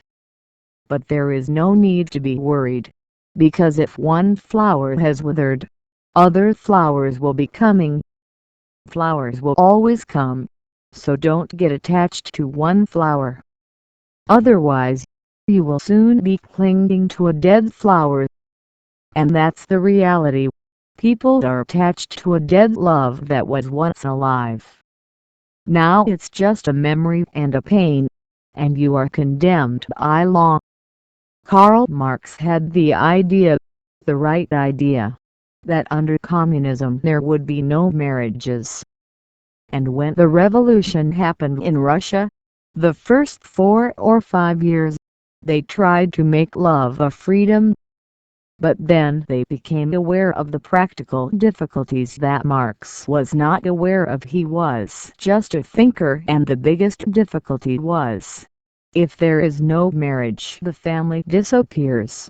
And the family is the basis of a society, of the nation. And the family disappears, the nation holds for a long time. And after only 5 years of revolution, the Communist Party of Russia changed the whole idea. The marriage was again supported. Divorce was allowed. But very reluctantly every possible obstacle was placed in front of the divorce, so that the family could continue itself, and consequently, the nation. And since then they never talked about it again. That one of Marx's ideas was that marriage was born because of private property. So when private property disappears, marriage must disappear. Nobody talks about it. I have talked to communists, but they have fallen into the same trap as all religions. Marx's Capital became his holy Bible, the Holy Koran. You cannot change anything in it. I said, that's true. I'm not saying change anything in it, but follow it. They aren't following you either. They began to idolize him. This is man's whole strategy to avoid authentic revolution in the world. Idolatry. I don't want the family to exist. I don't want the nations to exist. I don't want the world to be divided into parts. I want one world made up of free individuals living in spontaneous love, living in silence, playing, without any condemnation of pleasure, without any fear of hell, and without any desire for reward in heaven, because we can create paradise here. We have all the potential to create it, but we are not using it. On the contrary, we are creating possible obstacles for Earth to become a paradise. I'm not against love. I'm hugely for, and that's why I'm against relationships. It is possible that two people can live their whole lives together. Nobody is saying that you have to separate, but this living together will only be based on love, without sharing or invading each one's privacy. That is your dignity. I'm talking about love as a spiritual phenomenon, not biology. Biology is not love, it is lust. Biology is interested in the perpetuation of the species. The idea of love is just a biological illusion. When you make love, you suddenly find that you're not interested anymore, at least for 24 hours, or longer depending on your age. There is a new commander at a French Foreign Legion base, and the captain is showing him all the buildings. After making the rounds, the captain looks at the commander and says, "Wait a minute. Didn't you show me what that little blue building over there is? What is it used for?" The captain says, "Well, Captain, you understand, that's where we keep the camel. Whenever the men feel the need for a woman." "Enough," says the captain with disgust. Well, 2 weeks later, the commander himself starts to feel the need for a woman. He goes to the captain and says, "Tell me something, Captain." Lowering his voice and looking furtively around, he asks, "Will it take long for the camel to be freed?" the captain says. Well, let me see. He opens his book. No, tomorrow at 2 o'clock he will be free. Put me in that time, says the commander. So the next day, at 2 o'clock, the commander goes to the blue building and opens the door. Inside, he finds the most attractive camel he has ever seen. He closes the door. The captain hears a whinny and a scream, and runs to the building. He finds the commander naked, covered with camel hair and mud.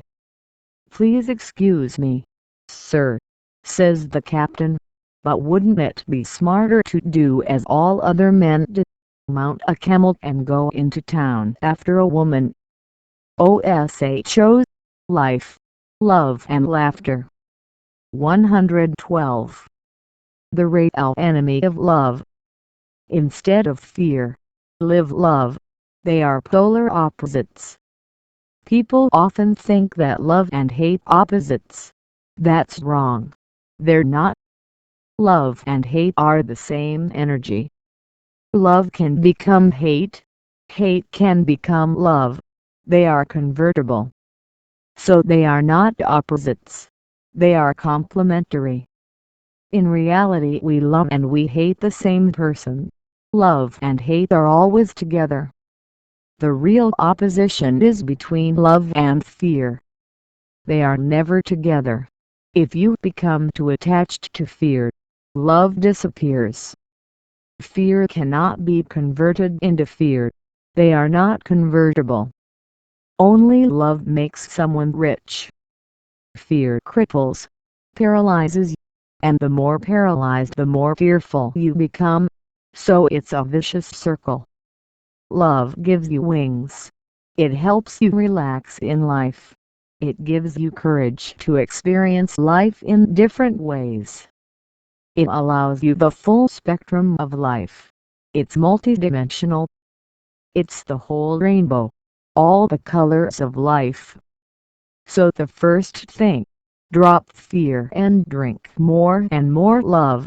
Replace fear with love. And the second thing, think of the sky, the vastness. Think of freedom, of infinity. Don't think about small, trivial things. Fear always thinks of small things. Love never thinks of small things. Love is ready to sacrifice everything. Love thinks Osho, Life, Love and Laughter. 113. Only in the vast. It's an eagle on the wind, looking for the unknown. Article recorded on August 21, 2023 by Sybil Mann Baylor for educational sharing in audiobook flower-deathless Cosa Nova. Self-love. Beloved Masters, you teach people to take care of themselves before they try to take care of others.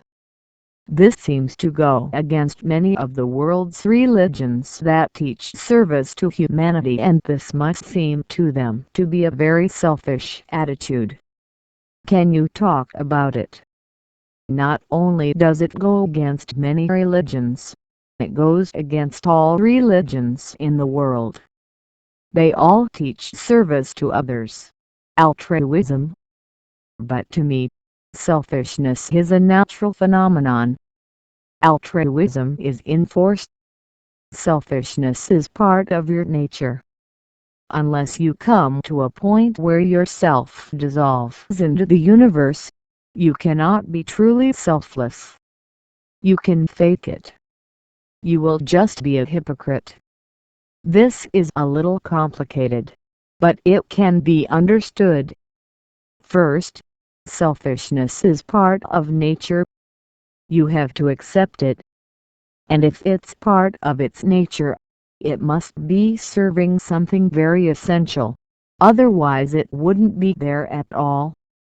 It was thanks to selfishness that you survived, that you took care of yourself. If it were not so, humanity would have disappeared a long time ago. Just think of a child who is selfless. Born selfless, he will not be able to survive. It will die because even breathing is a selfish act. Eating is a selfish act. When there are millions of people starving, you are eating. When there are millions of people wasting away from disease, you are healthy. If a child is born without having selfishness as part of his nature, he will not survive. If a snake comes close to it, what is the need to avoid the snake? Let her bite. It is your selfishness that protects you, otherwise you would stand in the snake's way. If a lion jumps on you and kills you, be killed. This is altruism. The lion is hungry, and you are providing him with food, or are you to interfere? You shouldn't protect yourself. You shouldn't fight. You should simply offer yourself on a platter to the lion. This is altruism. All religions have taught things that are unnatural. That's just one of the things. I teach you nature. I teach to be natural, absolutely natural, without any shame. Yes, I teach you selfishness. No one has said this before me. They didn't have the heart to say it. And they were all selfish. And that is the strange part of the whole story. Why is a monk torturing himself? There is a reason. He wants to reach paradise and all the pleasures therein. He is not sacrificing anything. He is simply bargaining. He is a businessman, and his scriptures say, "You will achieve 1,000 times more." And this life is really very small. 70 years is not much. If you sacrifice 70 years of pleasure for an eternity of pleasures, it's a good bargain. I don't think this is altruism. And why have these religions been teaching you to serve humanity? What is the reason? What's the point? What will you get out of it? Maybe you've never asked yourself that question. This is not service.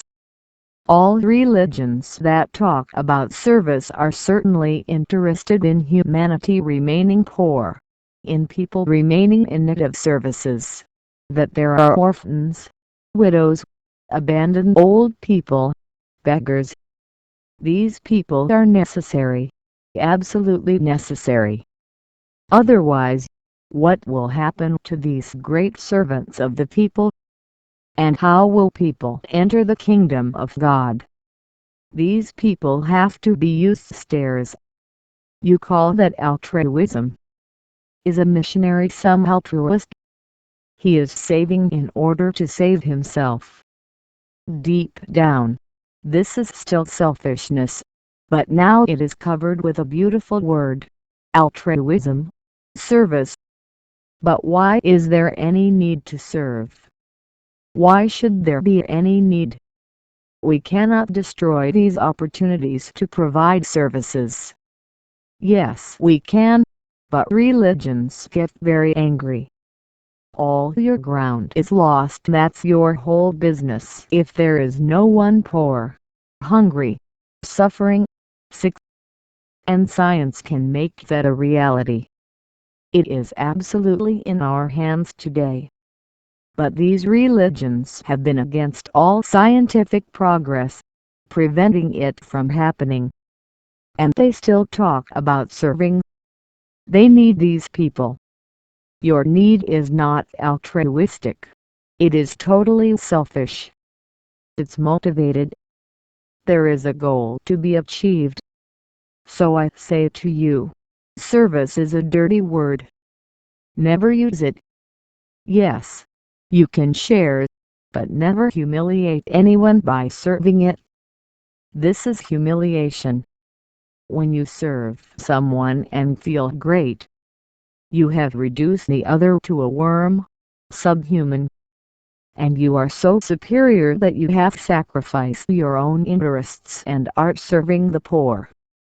you are simply humiliating them. If you have something of joy, peace, ecstasy, share it. And remember that when you share, there is no ulterior motive. I am not saying that by sharing you will reach heaven. I am not giving you any goals. I am telling you that simply by sharing you will be tremendously fulfilled.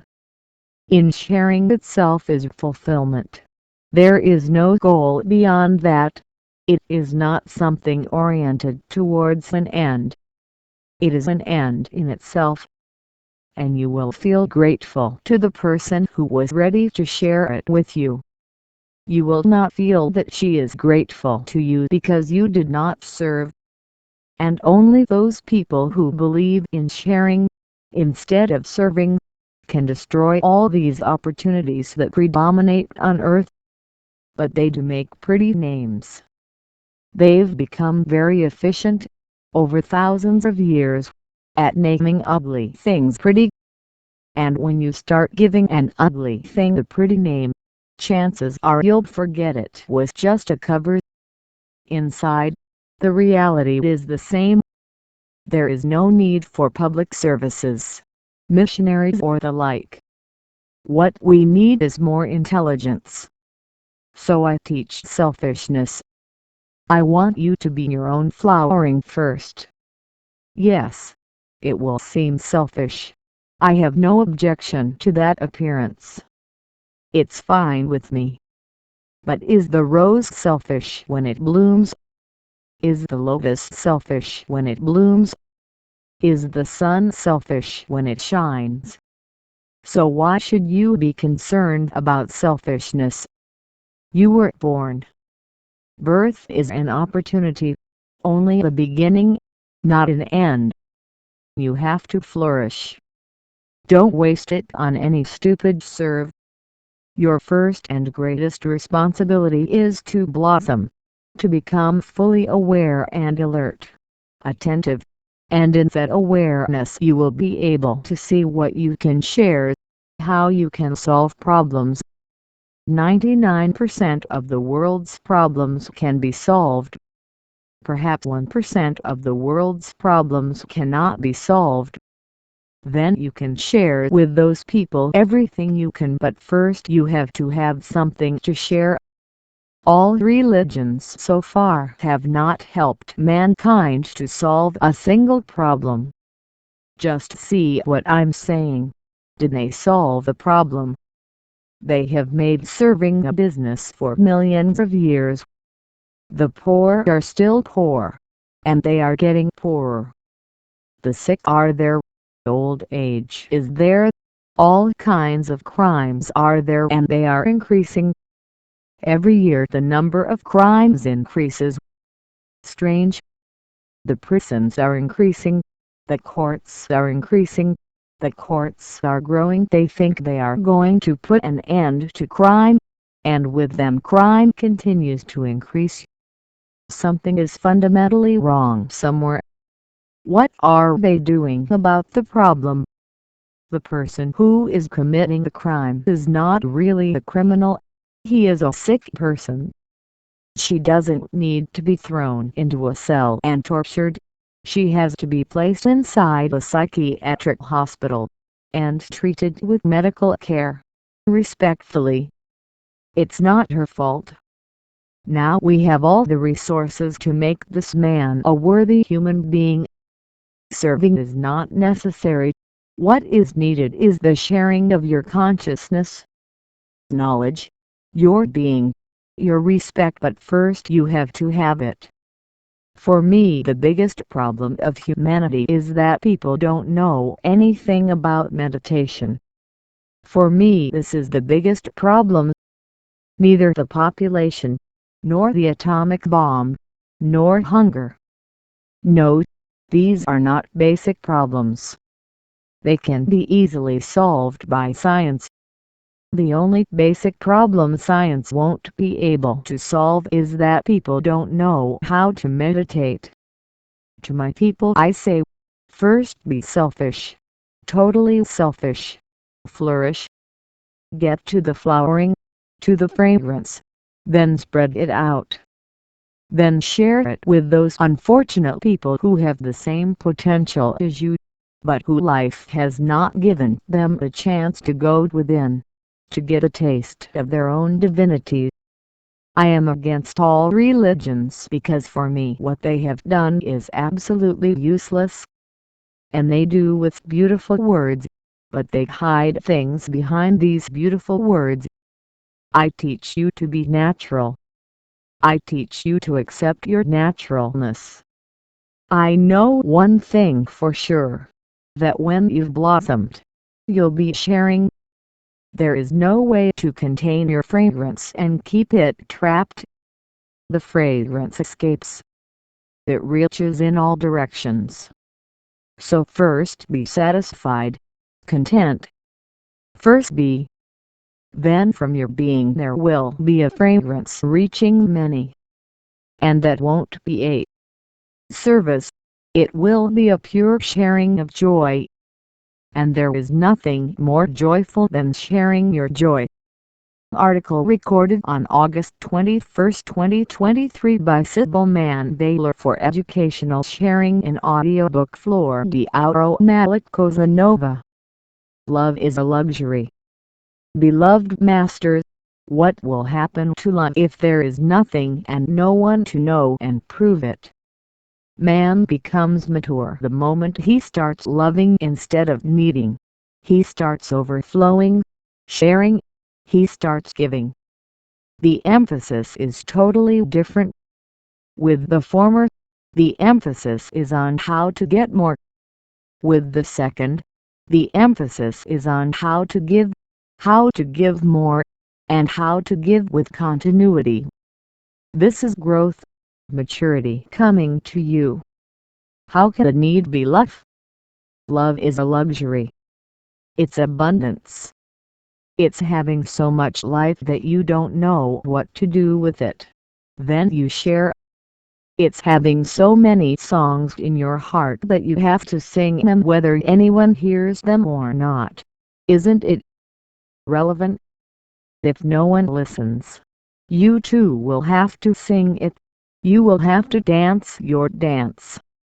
The other may receive, the other may let slip, but as far as you are concerned, love is flowing, it is overflowing. Rivers don't run because of you, they're flowing whether you're there or not.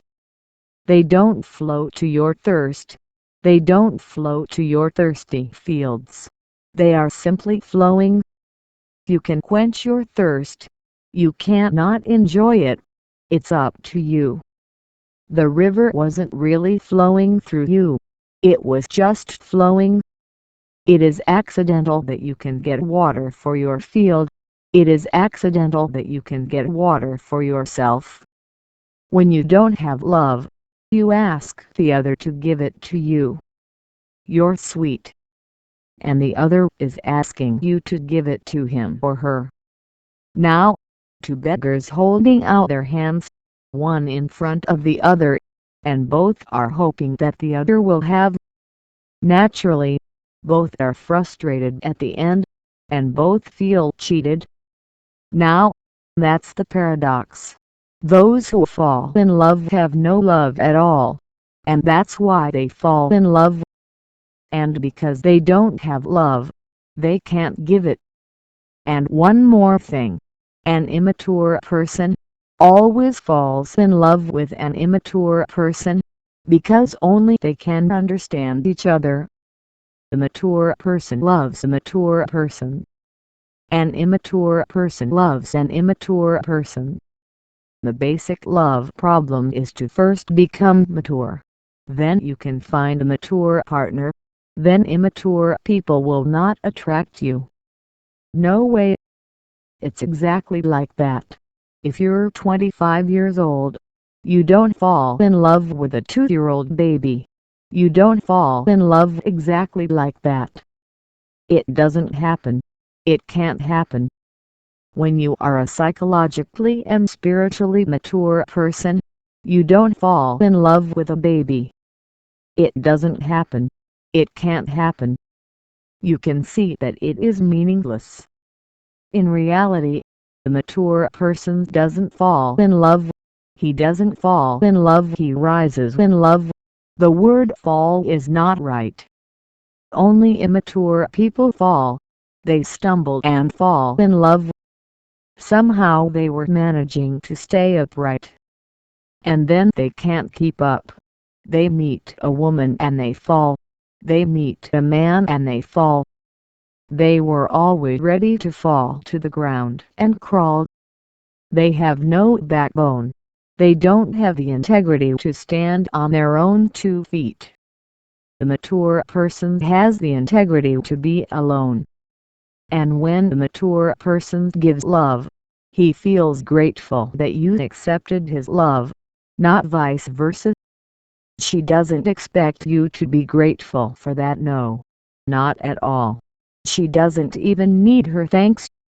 She thanks you for accepting her love. And when 2 mature people are in love, one of life's greatest paradoxes happens, one of the most beautiful phenomena. They are together and yet tremendously alone. They are so close together. They are almost one. But this unity does not destroy everyone's unity. In fact, it enhances them. They make it more individual. 2 mature people in love help each other to become freer. There is no politics involved, no diplomacy, no effort to dominate. How can you dominate the person you love? When you come home, when you come to know who you are, then the love arises in your being. Then the fragrance spreads and you can share it with others. How can you give something you don't have? To give it, the first basic requirement is that you have it. How can you give gifts when you don't have them? This you hear and you understand, but then the problem arises, because the understanding is only intellectual. If it has penetrated your being, if you have seen the fact of it, then no question arises. Then you will forget all your dependency relationships and you will start working on your own being, clearing, cleaning and making your inner center more alert, aware. You will start working that way. And the more you start to feel that a certain key is coming up, the more you will find that love is growing together as a result. It doesn't need to be recognized. It doesn't need any recognition. It doesn't need any certificate. It doesn't need anyone to prove it. Recognition of the other is accidental, not essential to life. Love will keep flowing. Nobody tastes it. Nobody recognizes it. Nobody feels happy, delighted because of it. It will go on flowing, because in the very flow you feel tremendously joyful. In the flow itself. When your energy is flowing, you are sitting in an empty room and energy is flowing and filling the empty room with its love. No one is there, the walls won't say thank you, no one to acknowledge it, no one to prove it. But that doesn't matter at all. Your energy is being released, flowing. You will feel happy. The flower is happy when the fragrance is released to the vines. Whether the vines know it or not does not matter. I'm. Whether the disciples are there or not is irrelevant. I am not dependent on you. And my whole effort here is that you also become independent of me. I'm here to give you freedom. I don't want to cripple them at all. I simply want you to be yourself. And the day you become independent of me, you will be able to really love me, not before that. I love you. I can't help it. The question is not whether I can love them or not. I just love them. If you are not there, this auditorium will be full of love. It will not make any difference. These trees are still receiving my love. these birds will continue to receive it. And even if all the trees and all the birds disappear, it won't make any difference. Love will still be flowing. The love is, then love flows. Article recorded on August 21, 2023 by Sybil Mann Baylor for educational sharing in audiobook. Flower-deathless Cosa Nova. Like and share. Love and meditation. Beloved Masters, there is in me a deep desire for the permanence of love. This is stupid. Love can exist in two dimensions, either horizontally or vertically. We are not familiar with love that is horizontal. This is also the dimension of time. The vertical is the dimension of eternity. The desire in the heart is not for permanence. Then you misunderstood. But the misunderstanding is universal, because we only know one plane, the horizontal, the dimension of time. In that dimension, there are only two possibilities. Either something is momentary or something is permanent. But permanent is nothing more than many moments. This too begins and ends.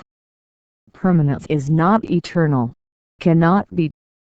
Nothing can be eternal in time. If there's a beginning, there's an end.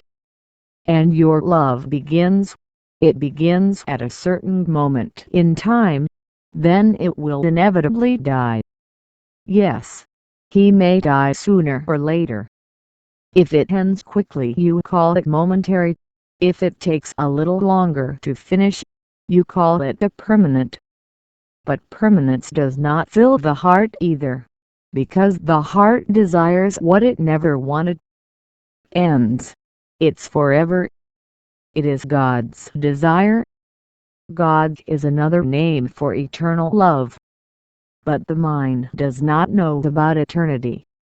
The heart desires the eternal, but the heart is continually being interpreted by the mind. And the mind only knows either a very short-lived love or a slightly longer-lived love. But even if love lives a little longer, the fear that it will end will always be there.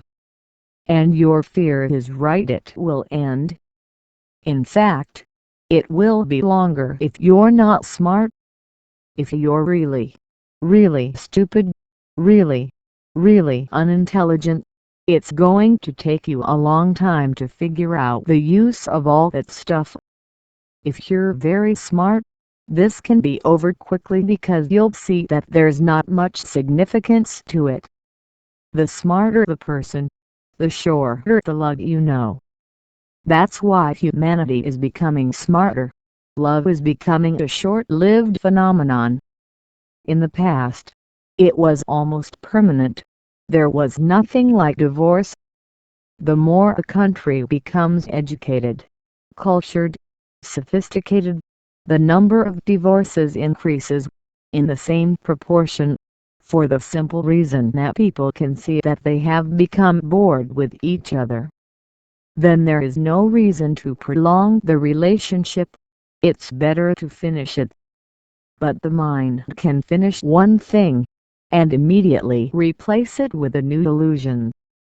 The mind does not hold. Even the intelligent person remains unlearned. And the mind became so powerful that anything coming from the heart never. It reaches you, your being, not without the interpretation of the mind. The heart says eternity and the mind interprets permanence. That's where you're missing the point. The heart's desire is for a vertical dimension. That is the dimension of meditation. You are not being stupid for the heart's yearning, but you are misunderstanding it. You want a love that comes from the heart, not the mind. This is the love I talk about over and over again. This is the love that Jesus is talking about when he says that God is love. It's not your love. Your love cannot be God. Your love is just a mental phenomenon. It is biology. It is physiology, it is psychology, but it is not eternal.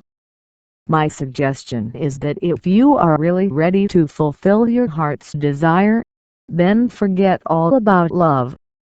First go into meditation, because love will come out of meditation. He is the fragrance of meditation. Meditation is the flower.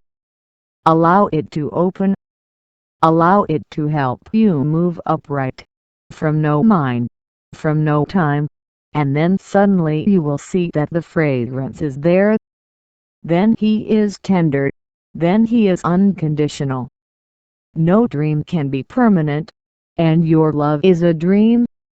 And the mind can only dream, it cannot give you reality. Get out of mind. Forget all about love. You have no understanding of love. You cannot have any understanding of your being. From horizontal you will become vertical, of living in the past and the future.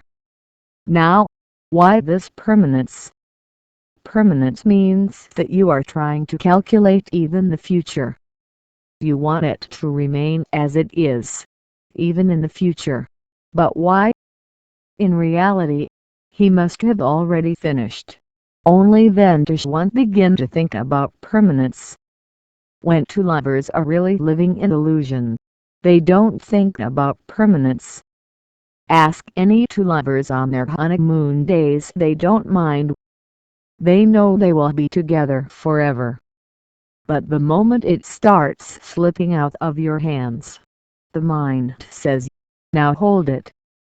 Make it permanent. Don't look at the cracks that are happening. Don't look. Avoid it. Forget all about it. Go on covering it up. Somehow, find a way. But you are asking for the impossible. I can't teach you meditation, and out of meditation a different quality of love will happen. And then it's no longer a waste of time. There, it is wisdom, not folly. So, you no longer fall in love, you rise in love. So love is a quality in me. Just as a light surrounds a flame, love embraces you. You are loving, you are love. So he taught eternity. It is undirected. Whoever comes near you will drink from it. Whoever comes close to you will be enchanted by it, enriched by it. The tree, the stone, the person, an animal, it doesn't matter. Even if you are sitting alone. Buddha, sitting alone, under his tree, is radiating love. Love is continually flowing around you. This is eternal, and this is the heart's real desire. Laughter for me, a sense of humor should be the basis of future human religiosity. Osho, a young, dynamic New York executive married Stefano, a handsome young Italian farmer. She wasn't too happy with her manners and immediately started to improve it. During the wedding reception, she continually corrected his mistakes, telling him what to say, what knife to use at the table, how to spread butter. Finally the reception was over and then they went to bed. Stefano, unsure, nervously got between the sheets, but finally turned to his young wife and stammered, "Can you pass me your pussy please? You don't see asses laughing. You don't see donkeys laughing. You don't see the buffalo enjoying a joke. Only man can be amused by a joke. He can laugh. Your saints are like buffaloes or donkeys. They have fallen below the level of mankind. They lost something of immense value. Without laughter, man is like a leafless tree. But society needs serious people, presidents, popes, professors, ayatollahs, commissioners, collectors, governors. Everyone has to be serious, If they have a sense of humor, society will be afraid that efficiency will be lost. If they have a sense of humor, they will become human. They are expected to be just like machines. Adolf Hitler's way of walking is mechanical.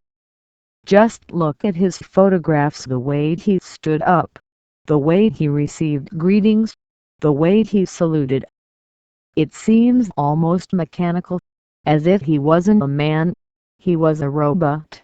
His face, his gestures, everything like a robot. He made Germany look like a robot. He destroyed Germany more than any other people. But he created a very efficient army.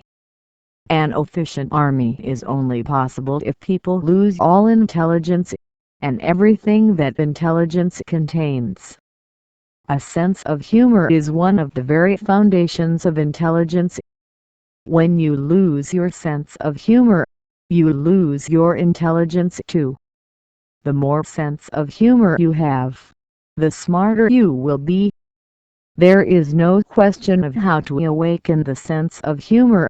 You simply break down the barriers. It is already there. It is already a fact. Simply pick up some pebbles your parents put and your society put in your shoes to stop you. Society teaches you self-control, and a sense of humor means relaxation. You cannot laugh in front of your elders. You cannot laugh in front of your teachers. You cannot laugh in front of your priests. You cannot laugh in churches. And Christians say that Jesus never laughed. I can't believe it. He wasn't a buffalo. He was one of the greatest and smartest men in history. He must have laughed. He must have been amused. He was a more worldly man than Buddha. He lived more passionately and more intensely than any other enlightened person. He loved the company of women. He had beautiful women as disciples. Even one of the most famous prostitutes of that time, Mary Magdalene. He loved to eat. He loved to drink. He is the only enlightened person who liked wine. The real man. He loved feasts. Every night there was a feast that went on for hours. Jesus was a worldly man. He repeats many times, "I am a son of man," far more times than he says, "I am a son of God." He is closer to earth than he is to heaven. He is a worldly person. He must have laughed, amused. But priests, popes and churches are very serious. Entering the church is like entering the cemetery. You have to be serious, rigid. All this has to be abandoned. In London, Lady Croft decided to throw a fancy party and hired an Italian maid, Miss Scapadia, who had recently emigrated to England. "Don't forget the ice tongs," Madame ordered. "It doesn't look good when men go to the bathroom, and they take it out and put it back in, and then they have to pick up the ice cubes in their hands." "Yes, madam," replied the Italian girl. Later, after the guests had left, Lady Croft said, "Miss Scapadia, I thought I told you about the ice tongs." "I put them in the right place, lady, I swear." "Well, I didn't see them on the table." "On the table." "I put them in the bathroom." Brambilla gave her son Aldo $200 as a wedding present. 2 weeks later he asked his son, "What did you do with the money?" "I bought a wristwatch, Daddy," he replied. "Idiot!" shouted the father. "You should have bought a rifle." "A rifle? What for?" "Imagine if you come home and find a man sleeping with your wife," he explained. His father: "What are you going to do? Are you going to wake the guy up and ask what time it is?" Article recorded on August 21, 2023 by Sybil Mann Baylor for educational sharing in audiobook. Flower-deathless. Like and share.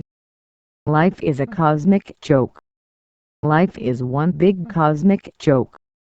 She is not a serious phenomenon. Take it seriously and you will continue to lose it.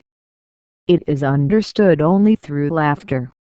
Have you ever noticed that man is the only animal that laughs? Aristotle said that man is the only rational animal. Perhaps this is not true because ants are very rational. In fact, compared to ants, man seems almost irrational. And a computer is very rational compared to a computer. Man is very irrational. My definition of man is that he is the only animal that laughs. No computer laughs. No ant laughs. No bee laughs. Only man is capable of laughing. It is the highest peak of growth, and it is through laughter that you can reach God, because it is only through the highest that you can reach the ultimate. Laughter has to become the bridge. Article recorded on August 21, 2023 by Sybil Mann Baylor for educational sharing in audiobook. Flower-deathless. Like and share. The Laughing Buddha. Laughter is the very essence of religion. Seriousness is never religious. It cannot be religious. Seriousness belongs to the ego. It is precisely part of the illness itself. Laughter is egolessness. Yes, there is a difference when you laugh and when the religious man laughs. The difference is that you always laugh at others. The religious man laughs at himself, or at all the ridicule of human beings. Religion cannot be anything more than a celebration of life. And the person would become incapable. He creates barriers. She can't dance. She can't sing. She can't celebrate. The very dimension of celebration disappears from your life. It becomes like a desert, and if you are a desert you can go on thinking that you are religious, but you are not. You can be sectarian but not religious. You can be a Christian, or a Hindu, any religion, but you will not be religious. You believe in something, but you know nothing. Do you believe me? Theories. A man laden with theories becomes serious. A man who is not burdened, who does not have a charge of energy in his being, starts laughing. The whole joke of existence is so beautiful that laughter is the only possible response to it. Only laughter can be true prayer, gratitude. In Japan, a great mystic, Homi, is called the Laughing Buddha. He is one of the most beloved mystics in the country, and he has never uttered the word. When he lived up, he started to laugh, and when someone asked him why he was laughing, he would laugh even more. And he kept going, from village to village, always laughing. The crowd gathered, and he continued to laugh. And by his laughter was very contagious. Someone in the crowd would start laughing, and then someone else, and then the whole crowd was laughing, laughing, laughing. And why were all those people laughing? Everyone knows. It's ridiculous. This man is strange. But why are we laughing? But everyone was laughing, and everyone was a little worried. What will people think? But still, people were waiting for Homi, because they had never laughed so completely in their entire lives, that after the laughter they could feel that all their senses had become clearer.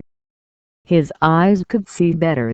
His whole being had become light, as if a great burden had lifted. People would ask Homi, go back again, and he would go away laughing, to another village. During his entire life, nearly 45 years after his enlightenment, he did only one thing: laugh. That was his message, his gospel, his scripture. And it is to be noted that in Japan no one is remembered with as much respect as Horii. In every house you will find Horii figurines, statues. And he did nothing but laugh, but the laughter was coming from such a depth that it lingered in his being. Hotel is unique. In the whole world, there is no human being who has made as many people laugh as Horii, for no reason at all. And yet, everyone was nourished by his laughter and felt a sense of well-being they had never felt before. Something coming from the unknown depths of the human heart. This Horii is tremendously significant. A man like him has rarely walked the earth. It's a shame more people should be like Horii. More temples should be full of laughter, dancing and singing. If seriousness is lost, nothing is lost. In fact, the person becomes healthier and more whole. But if the laughter is lost, all is lost. Suddenly you will lose the festivity of your being. You will become colorless, monotonous, somehow dead. Then your energy will no longer be flowing. But it's hard to understand Horii. To understand it, you will have to enter this festive dimension. If you are overloaded with theories, concepts, notions, ideologies, theologies, philosophies, you will not be able to see what this Horii is. What is the significance? Because, looking at you, he will laugh. He'll laugh because he can't believe how silly and ridiculous a man can be, as if a man were trying to live in a cookbook and forgetting to cook the food. He just goes on studying books about food, about how to cook it and not cook it, arguing about this way and that way, and he is hungry all the time, dying all the time, completely forgot that one cannot live on books. That's what happened. People have completely forgotten that religion has to be life. It's something to be digested. It's something that has to circulate in your blood. You can't just think about it. Thought is the most superficial part of your being. You have to absorb it. But whenever the truth appears, the ray of light, all of a sudden the scholars get together, intellectuals, professors, philosophers, theorists, and they jump on top of the truth. They crush it. They mold it into dead scriptures. What was alive becomes just a dead thing on paper. The real rose disappears. Once I was staying with a Christian friend. I started looking at his Bible. There was a rose inside it. He must have kept it there many years, dry, dead, crushed between the pages of the Bible. I started laughing and he came running from the bathroom and said, "Why are you laughing?" I said, "The same thing happened to the truth, happened to this rose. Between the pages of your Bible, the rose died. Now it's just a memory of something that was once alive. Just a memory. All the fragrance is gone. All life is gone. It is as dead as a plastic flower or a paper flower. It has a past, but it no longer has a future. So has the truth. In the pages of the scriptures it has died. When the truth happens, it is non-verbal and silent. It is very deep. It cannot be expressed through words. So, sooner or later, people will appear who will translate it into words, who will systematize it. And, in the very systematization. She is murdered. He lived a totally different life than an ordinary religious man. His whole life was nothing but continuous laughter. It is said of Homi that many times, even in sleep, he would burst out laughing. He had a big belly, and the belly jiggled. People asked him, "Why are you laughing?" Even in your sleep. The laughter was so natural that for him anything helped to laugh. So all life, asleep or awake, is a comedy. You turned life into a tragedy. You have made the tragic mess of your life. Even when you laugh, you don't laugh. Even when you pretend to laugh, the laughter is simply forced. He's not coming from the heart, and much less from the belly. You laugh for reasons that have nothing to do with laughing. I heard tell. In a small office, the boss was telling an old and boring joke that he had already told 1,000 times. And everyone was laughing, had to laugh. They were all bored with the joke, but a boss is a boss. And when a boss tells a joke, you have to laugh. It's part of the obligation. Only one typist is not laughing. She was sitting, serious, inflexible. The boss said, "What's the matter with you? Why aren't you laughing?" "I'm leaving next month," she replied. People have their own reasons. Even laughter is like business. Even laughter is economic, political. Even laughter is not just laughter. All purity is lost. You cannot even laugh in a pure, simple way. And if you can't laugh in a simple way, you're losing your virginity, your purity. Watch a small child. Watch his laughter so deep. It comes from the very center. When a child is born, the first social activity he learns, or maybe it is not right to say learns because he already brings it with him, is smiling. By smiling she becomes part of society. It feels very natural, very spontaneous. Other things will come later. This is your first sign of being in the world. When the mother sees her son smiling, she is tremendously happy because that smile shows health, intelligence. This smile shows that the child will be happy, he will live. Smiling is the first social activity, and it should remain the basic social activity. The first person should continue to be able to laugh for a lifetime. If you can't laugh in all kinds of situations, you will become really capable of facing them, and the facing will bring maturity to you. I'm not telling you not to cry. In fact, if you can't laugh, you can cry.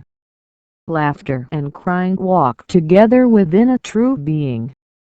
There are millions of people whose tears have dried up. His eyes lost their sparkle, their depth. Because they cannot shed tears, they cannot cry. Tears cannot flow naturally. If the laughter is mutilated, the tears will be too.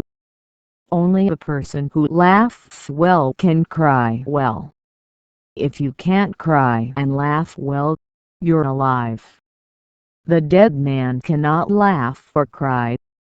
The dead man can be serious. Behold, go and look at a corpse. The dead man can get serious more perfectly than you. Only a living man can laugh and cry. These are states of your interior. They are enriching climates. But, little by little, everyone forgets. What was natural in the beginning becomes artificial.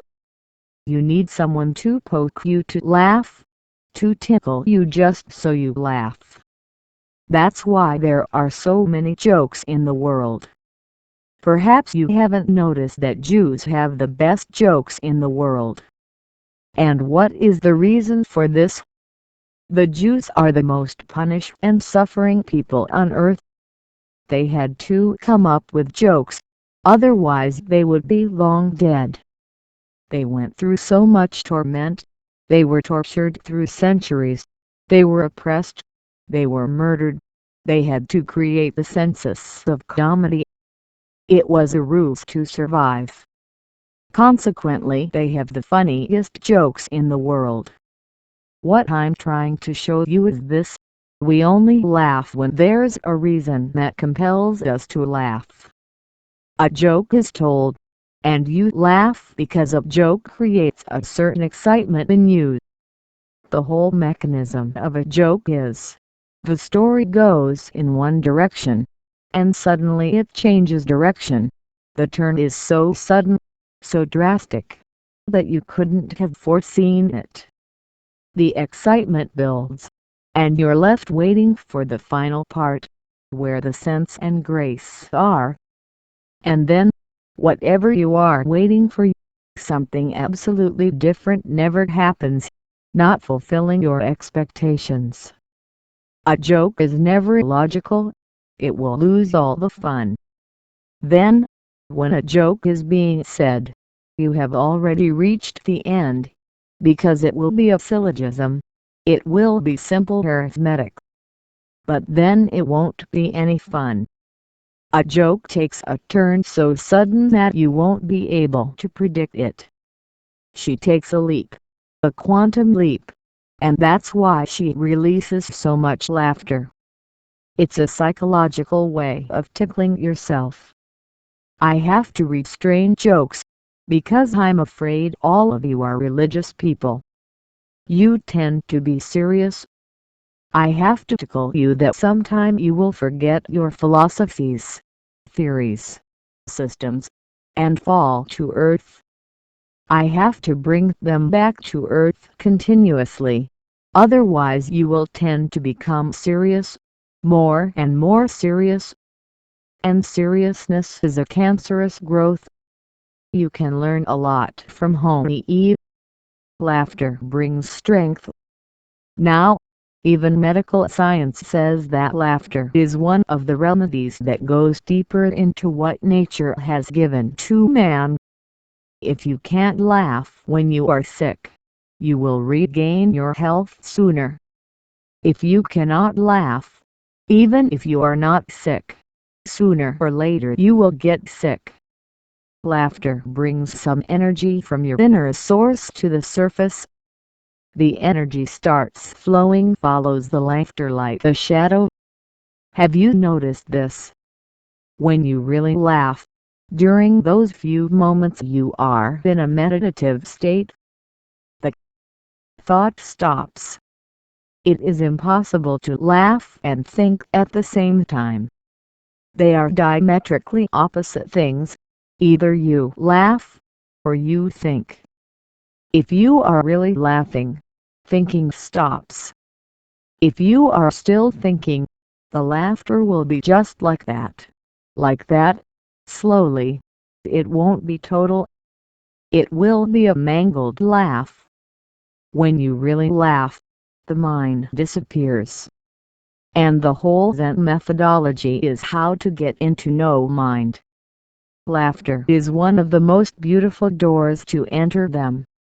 As far as I know, dancing and laughter are the best doors, the most natural, the most easily accessible. If you really dance, thinking stops. You dance on, and all borders, all divisions disappear. You don't even know where your body starts or where it ends. You dissolve into existence and it into you. There is overlapping of borders. And if you are really dancing, not controlling the dancing but letting it lead you, if you are possessed by the dancing, thinking stops. The same goes for laughter. If you are possessed by laughter, thinking stops. And if you know a few moments of no mind, those glimpses are promises of many more rewards to come. You have to become more and more of nature. of the quality of no mind. More and more thought has to be abandoned. Laughter can be a beautiful introduction to a state of no thinking. It is said that this Ho'i had no desire to call himself a Zen master, or to gather disciples around him. Instead, he walked the streets with a bag on his back full of sweets, fruit and donuts, which he gave to the children, who were sometimes young or old. So don't let the word kids fool you. Even old people, older than Ho'i himself, were also children to him. In fact, to establish contact with Ho'i, you had to be a child, innocent. And he distributed some things, toys, sweets, candies. He is saying something symbolically. Don't pay too much attention to life. It's nothing but candy. Try it, but don't obsess over it. It does not contain any nutrition itself. It contains no truth. You cannot live off of it. You know these words of Jesus. A man cannot live on bread alone. Can a man live on candy alone? Bread has at least some nutrients in it. A candy has nothing. It tastes good but can be harmful over time.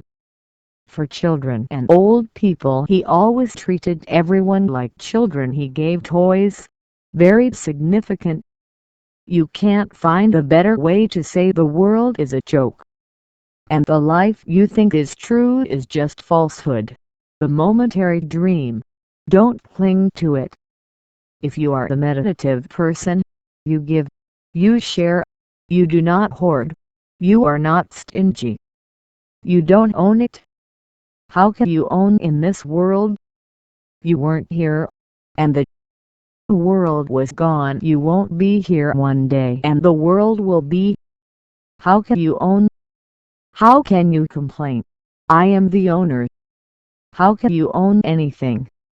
If you are meditative, your whole life becomes sharing. You will give all you can give, your love, your understanding, your compassion. Whatever you can give, you will. Your energy, your body, your mind, your soul, whatever. You will enjoy it. There is no greater pleasure than sharing something. Have you ever given anything to someone? That's why people love to give gifts so much. It's pure delight.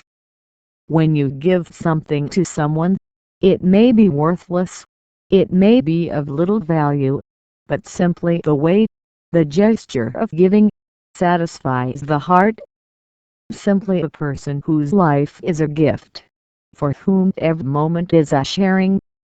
She lives in heaven. There is no other heaven but this one. That was the whole teaching of Ho'i. Share. In. What else can be said? What swimsuits can be taught? Zen believes that truth cannot be expressed through words, but can be expressed through gestures, through action. You can accomplish anything in life. You cannot say it. You can only show it. Be detached but be here, because there is nowhere else to be. That is the only world but the other world. So your monks, who are sitting in temples or monasteries, in caves in the Himalayas, are simply escapists. Resign. But there is no need to escape. Resign and stay here. Be in the world, but don't be of the world. Stay in the crowd and stay alone. Do 1,001 things. Do whatever is necessary, but never be the doer. Don't accumulate ego, that's all. There's nothing wrong with being worldly. Be worldly and yet remain unworldly. That is the very art. The art of living between two opposites. Of balancing between two opposites. It is a very narrow path, like a razor's edge. But this is the only path. If you miss this path, you miss the truth. Stay here and now in this world. Continue on your path and continue with a deep laugh in your being. Dance your way to God. Sing your way to God. Article recorded on August 21, 2023 by Sybil Mann Baylor for educational sharing in audiobook. Flower-deathless. Like and share. The only poet of long and laughter. Beloved masters, in a world dominated by hatred and hostility, sadness and suffering, you seems to be the only poet of long and laughter. Isn't that hilarious? ID Island? It's hilarious. But someone has to start it. We want the world to be less serious and more sensitive, sincere, of course, but never serious. We want the world to know that a sense of humor is one of the most fundamental qualities of a religious man. If you cannot laugh, you will miss many things in life. You will miss many mysteries. Your laughter makes you a little innocent child. Your laughter unites you with existence, with the noise of the ocean, with the stars and with its silence. Your laugh makes you the only part of the world that has become smart, because only smart people can laugh. That's why animals can't afford to laugh. They don't have the necessary intelligence.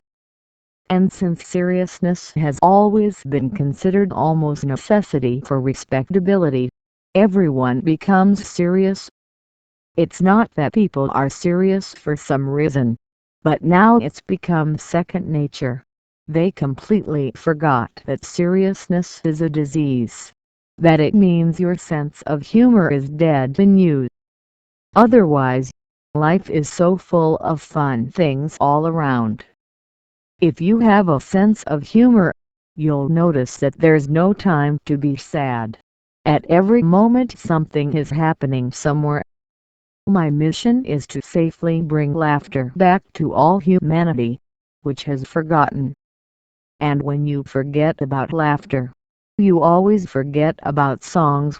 You forget about love. You forget about dancing. It's not just that you forget about laughter. Laughter has its own combination of qualities, just as seriousness has its own combination of qualities. Forget about laughter and you forget about love. With a sad face, how to tell a woman, "I love you"? You will have to smile a little bit. With a straight face, you cannot say even the most insignificant thing. People are taking everything so seriously that it has become a burden for them. Learn to laugh more. To me, laughter is as sacred as prayer. Beautify. One of the cruelest things that can be done to a man is to make him sad and serious. This has to be done, because without making man sad and serious, it is impossible to make a slave of him, a slave in all dimensions of slavery, spiritually, a slave in relation to some fictitious God, to some fictitious heaven and hell, psychologically, a slave, because sadness, seriousness are not natural. They have to be imposed on the mind, and the mind is fragmented. It is torn apart. The slave physically to why a man who cannot laugh, it cannot be really wholesome and whole. Laughter is not one-dimensional. It has all three dimensions. When you laugh, your body participates. Your mind participates. Your being participates. In laughter, distinctions disappear. Division disappears. The schizophrenic personality disappears. But that was against those who wanted to exploit man, the kings, the priests, the calculating politicians. Their whole effort was to somehow make the weakest man sick, make man miserable, and he will never revolt. To take away man's laughter is to take away life itself. Taking away man's laughter is spiritual castration. Have you ever noticed the difference between oxen and bulls? They were born equal, but the oxen were castrated. And unless they are castrated, you cannot use them as slaves to carry your loads, to pull your wagons. You cannot put bulls in front of your chariot. The bull is so powerful, it is impossible to keep it under control. He has an individuality of his own. But the ox is a very distant echo of his real being, just a shadow. You destroyed it. To create slaves, man was destroyed in the same way. Laughter has been continually condemned as childish, insane. At maximum you are allowed to smile. The difference between a smile and a laugh is the same as between a bull and an ox. A smile is just an exercise for the lips. It's just a mannerism. Laughter knows no mannerisms, no etiquette. It is savage, and its savagery has all the beauty. But the powers that be, whether of money, or organized religions, or rulers, all agreed on one point: man has to be weakened, made miserable. To be frightened has to be forced to live in a kind of paranoia. Only then will he kneel before wooden or stone statues. Only then will he be ready to serve anyone who is powerful. Laughter brings your energy back to you. Every fiber of your being becomes alive, and every cell of yours begins to dance. The greatest sin committed on earth is that man has been forbidden to laugh. The implications are profound, because when you are forbidden to laugh, you are certainly forbidden to be joyful. It is forbidden to sing the song of celebration. It is forbidden to dance for pure joy. By being prohibited from laughter, everything that is beautiful in life, everything that makes life beautiful and worth living and loving, everything that gives life meaning is destroyed. It is the ugliest strategy used against man. Seriousness is a sin. And remember, seriousness does not mean sincerity. Sincerity is a completely different phenomenon. The serious man cannot laugh, cannot dance, cannot joke.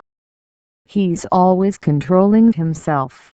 He was brought up in such a way that he became the jailer of himself.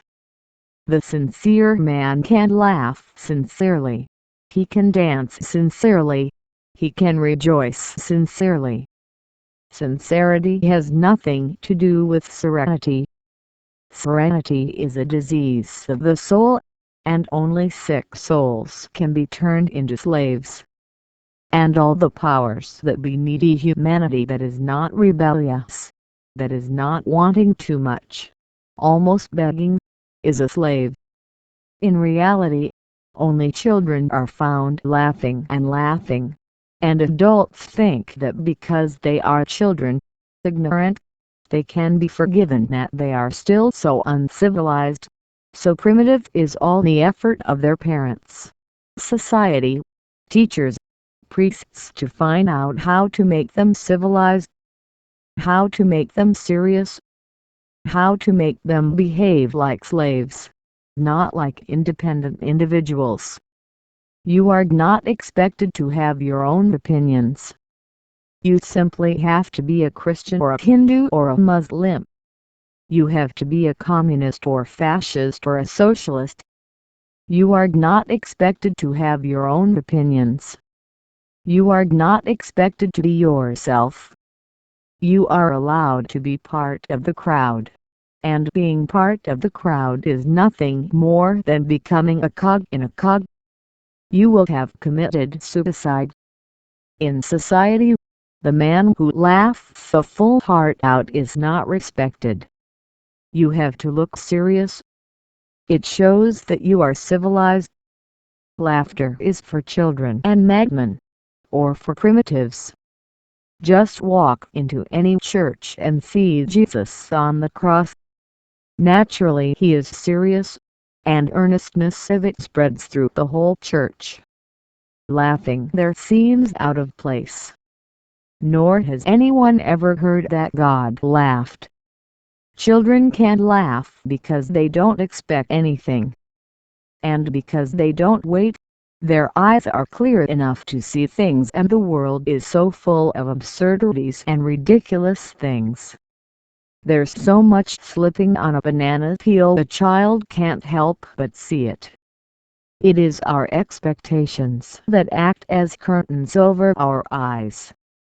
Because all religions are against life, they cannot be in favor of laughter.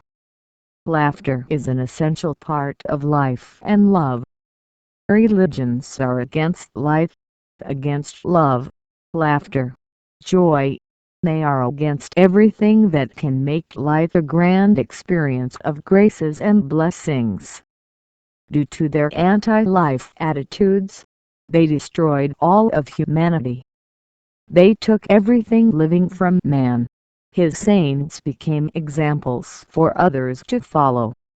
Your saints are but dry bones fasting, torturing themselves many times and in many ways, finding new resources, new ways to torture your bones. The more they tortured themselves, the more they rose in respectability. They found a ladder of ascension, a way to become more and more respectable. Just torture yourself, and people will idolize and remember you for centuries. Self-torture is a psychological illness. There's nothing to idolize about it. It's a slow suicide. But we have supported this suicide for centuries because it has become a fixed idea in our minds that body and soul are enemies. The more you torture the body, the more spiritual you will become.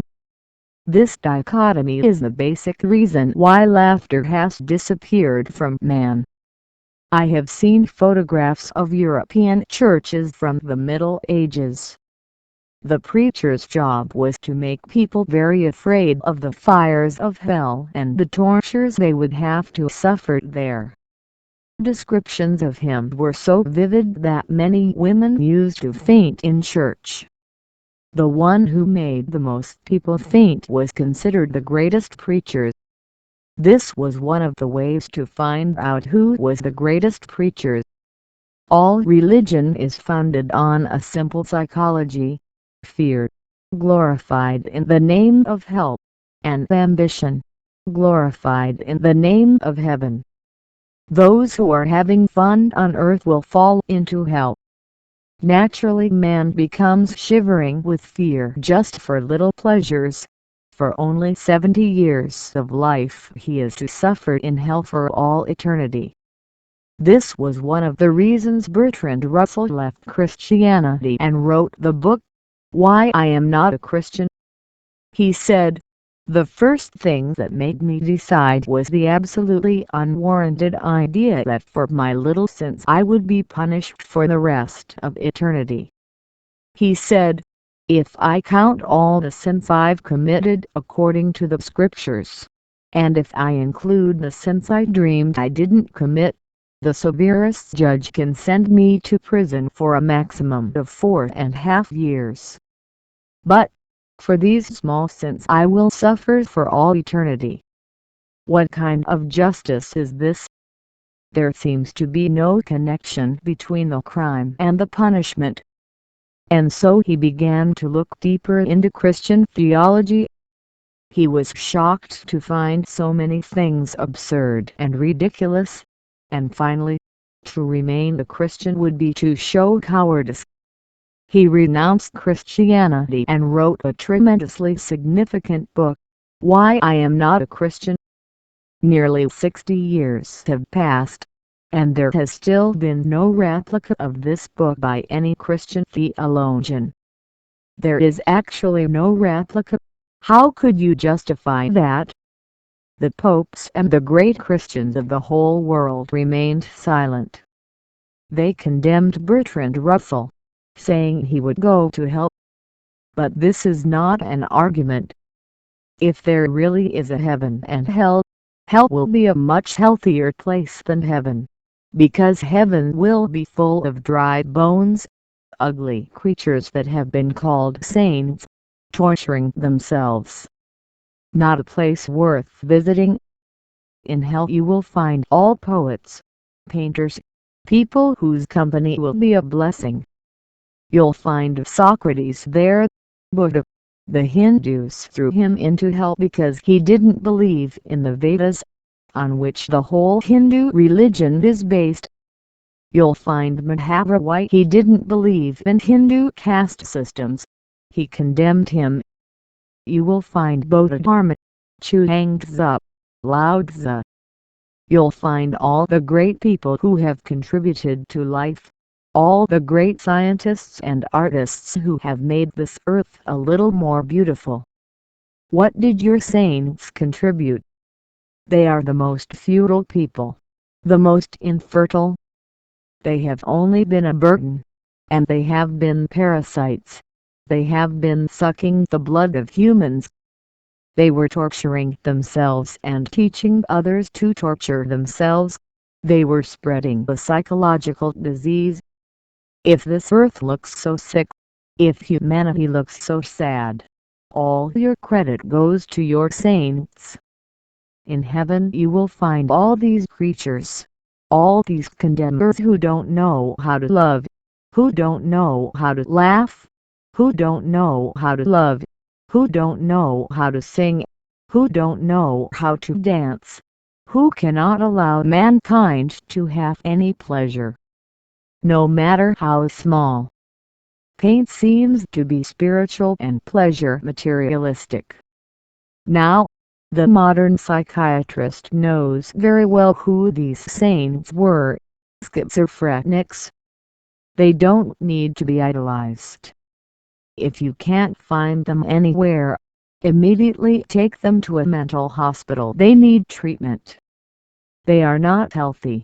Its very existence is nauseating. But they have been the leaders of mankind, and they have made all mankind feel the kind of nausea, created an atmosphere of nausea.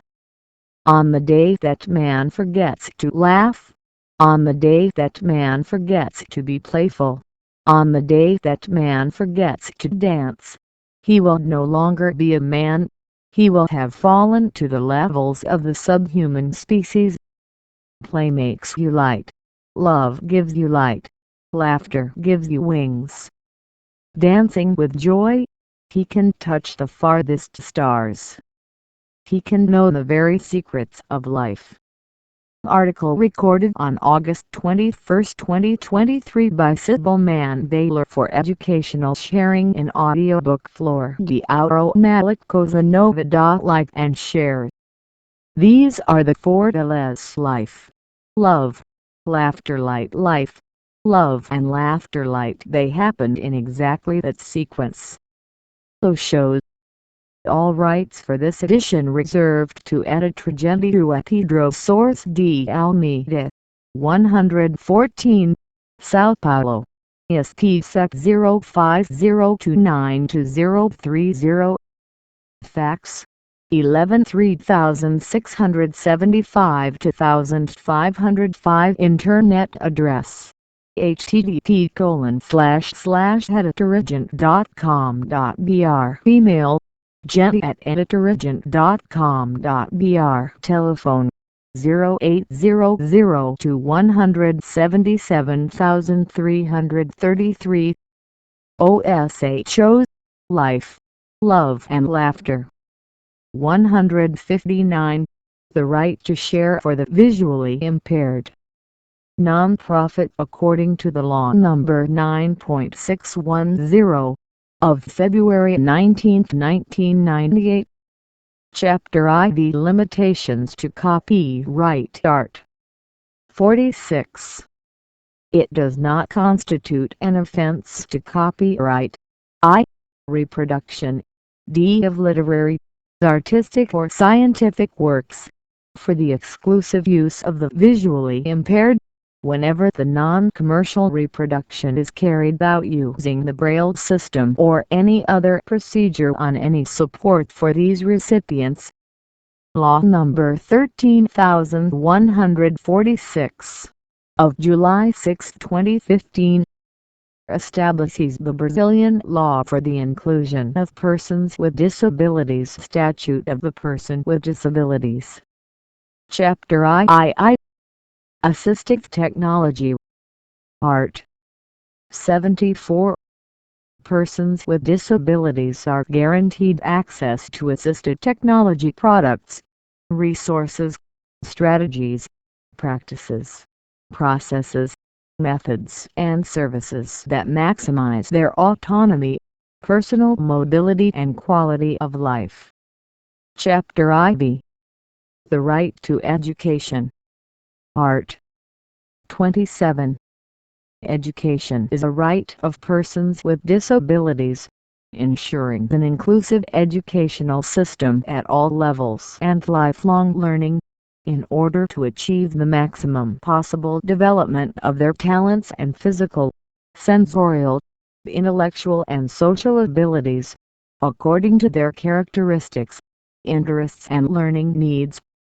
Also for update, the Commission on the Rights of Persons with Disabilities approved a proposal that requires, in public libraries, the provision of publications accessible to people with visual impairments, such as audiobooks, and technologies that allow access to written text by alternative means. Source: Câmara de Notícias Agency. Chapter IX. The Right to Culture, Sport, Tourism and Leisure. Art. 42. Persons with disabilities have the right to culture, sport, tourism and leisure on an equal basis with other people, with guaranteed access to cultural assets in an accessible format, television programs, cinema, theater and other cultural and sports activities in an accessible format, and monuments and places of cultural importance and spaces that offer services or cultural and sporting events. 1. It is prohibited to refuse the offer of an intellectual work in an accessible format for people with disabilities, under any argument, including under the allegation of protection of intellectual property rights.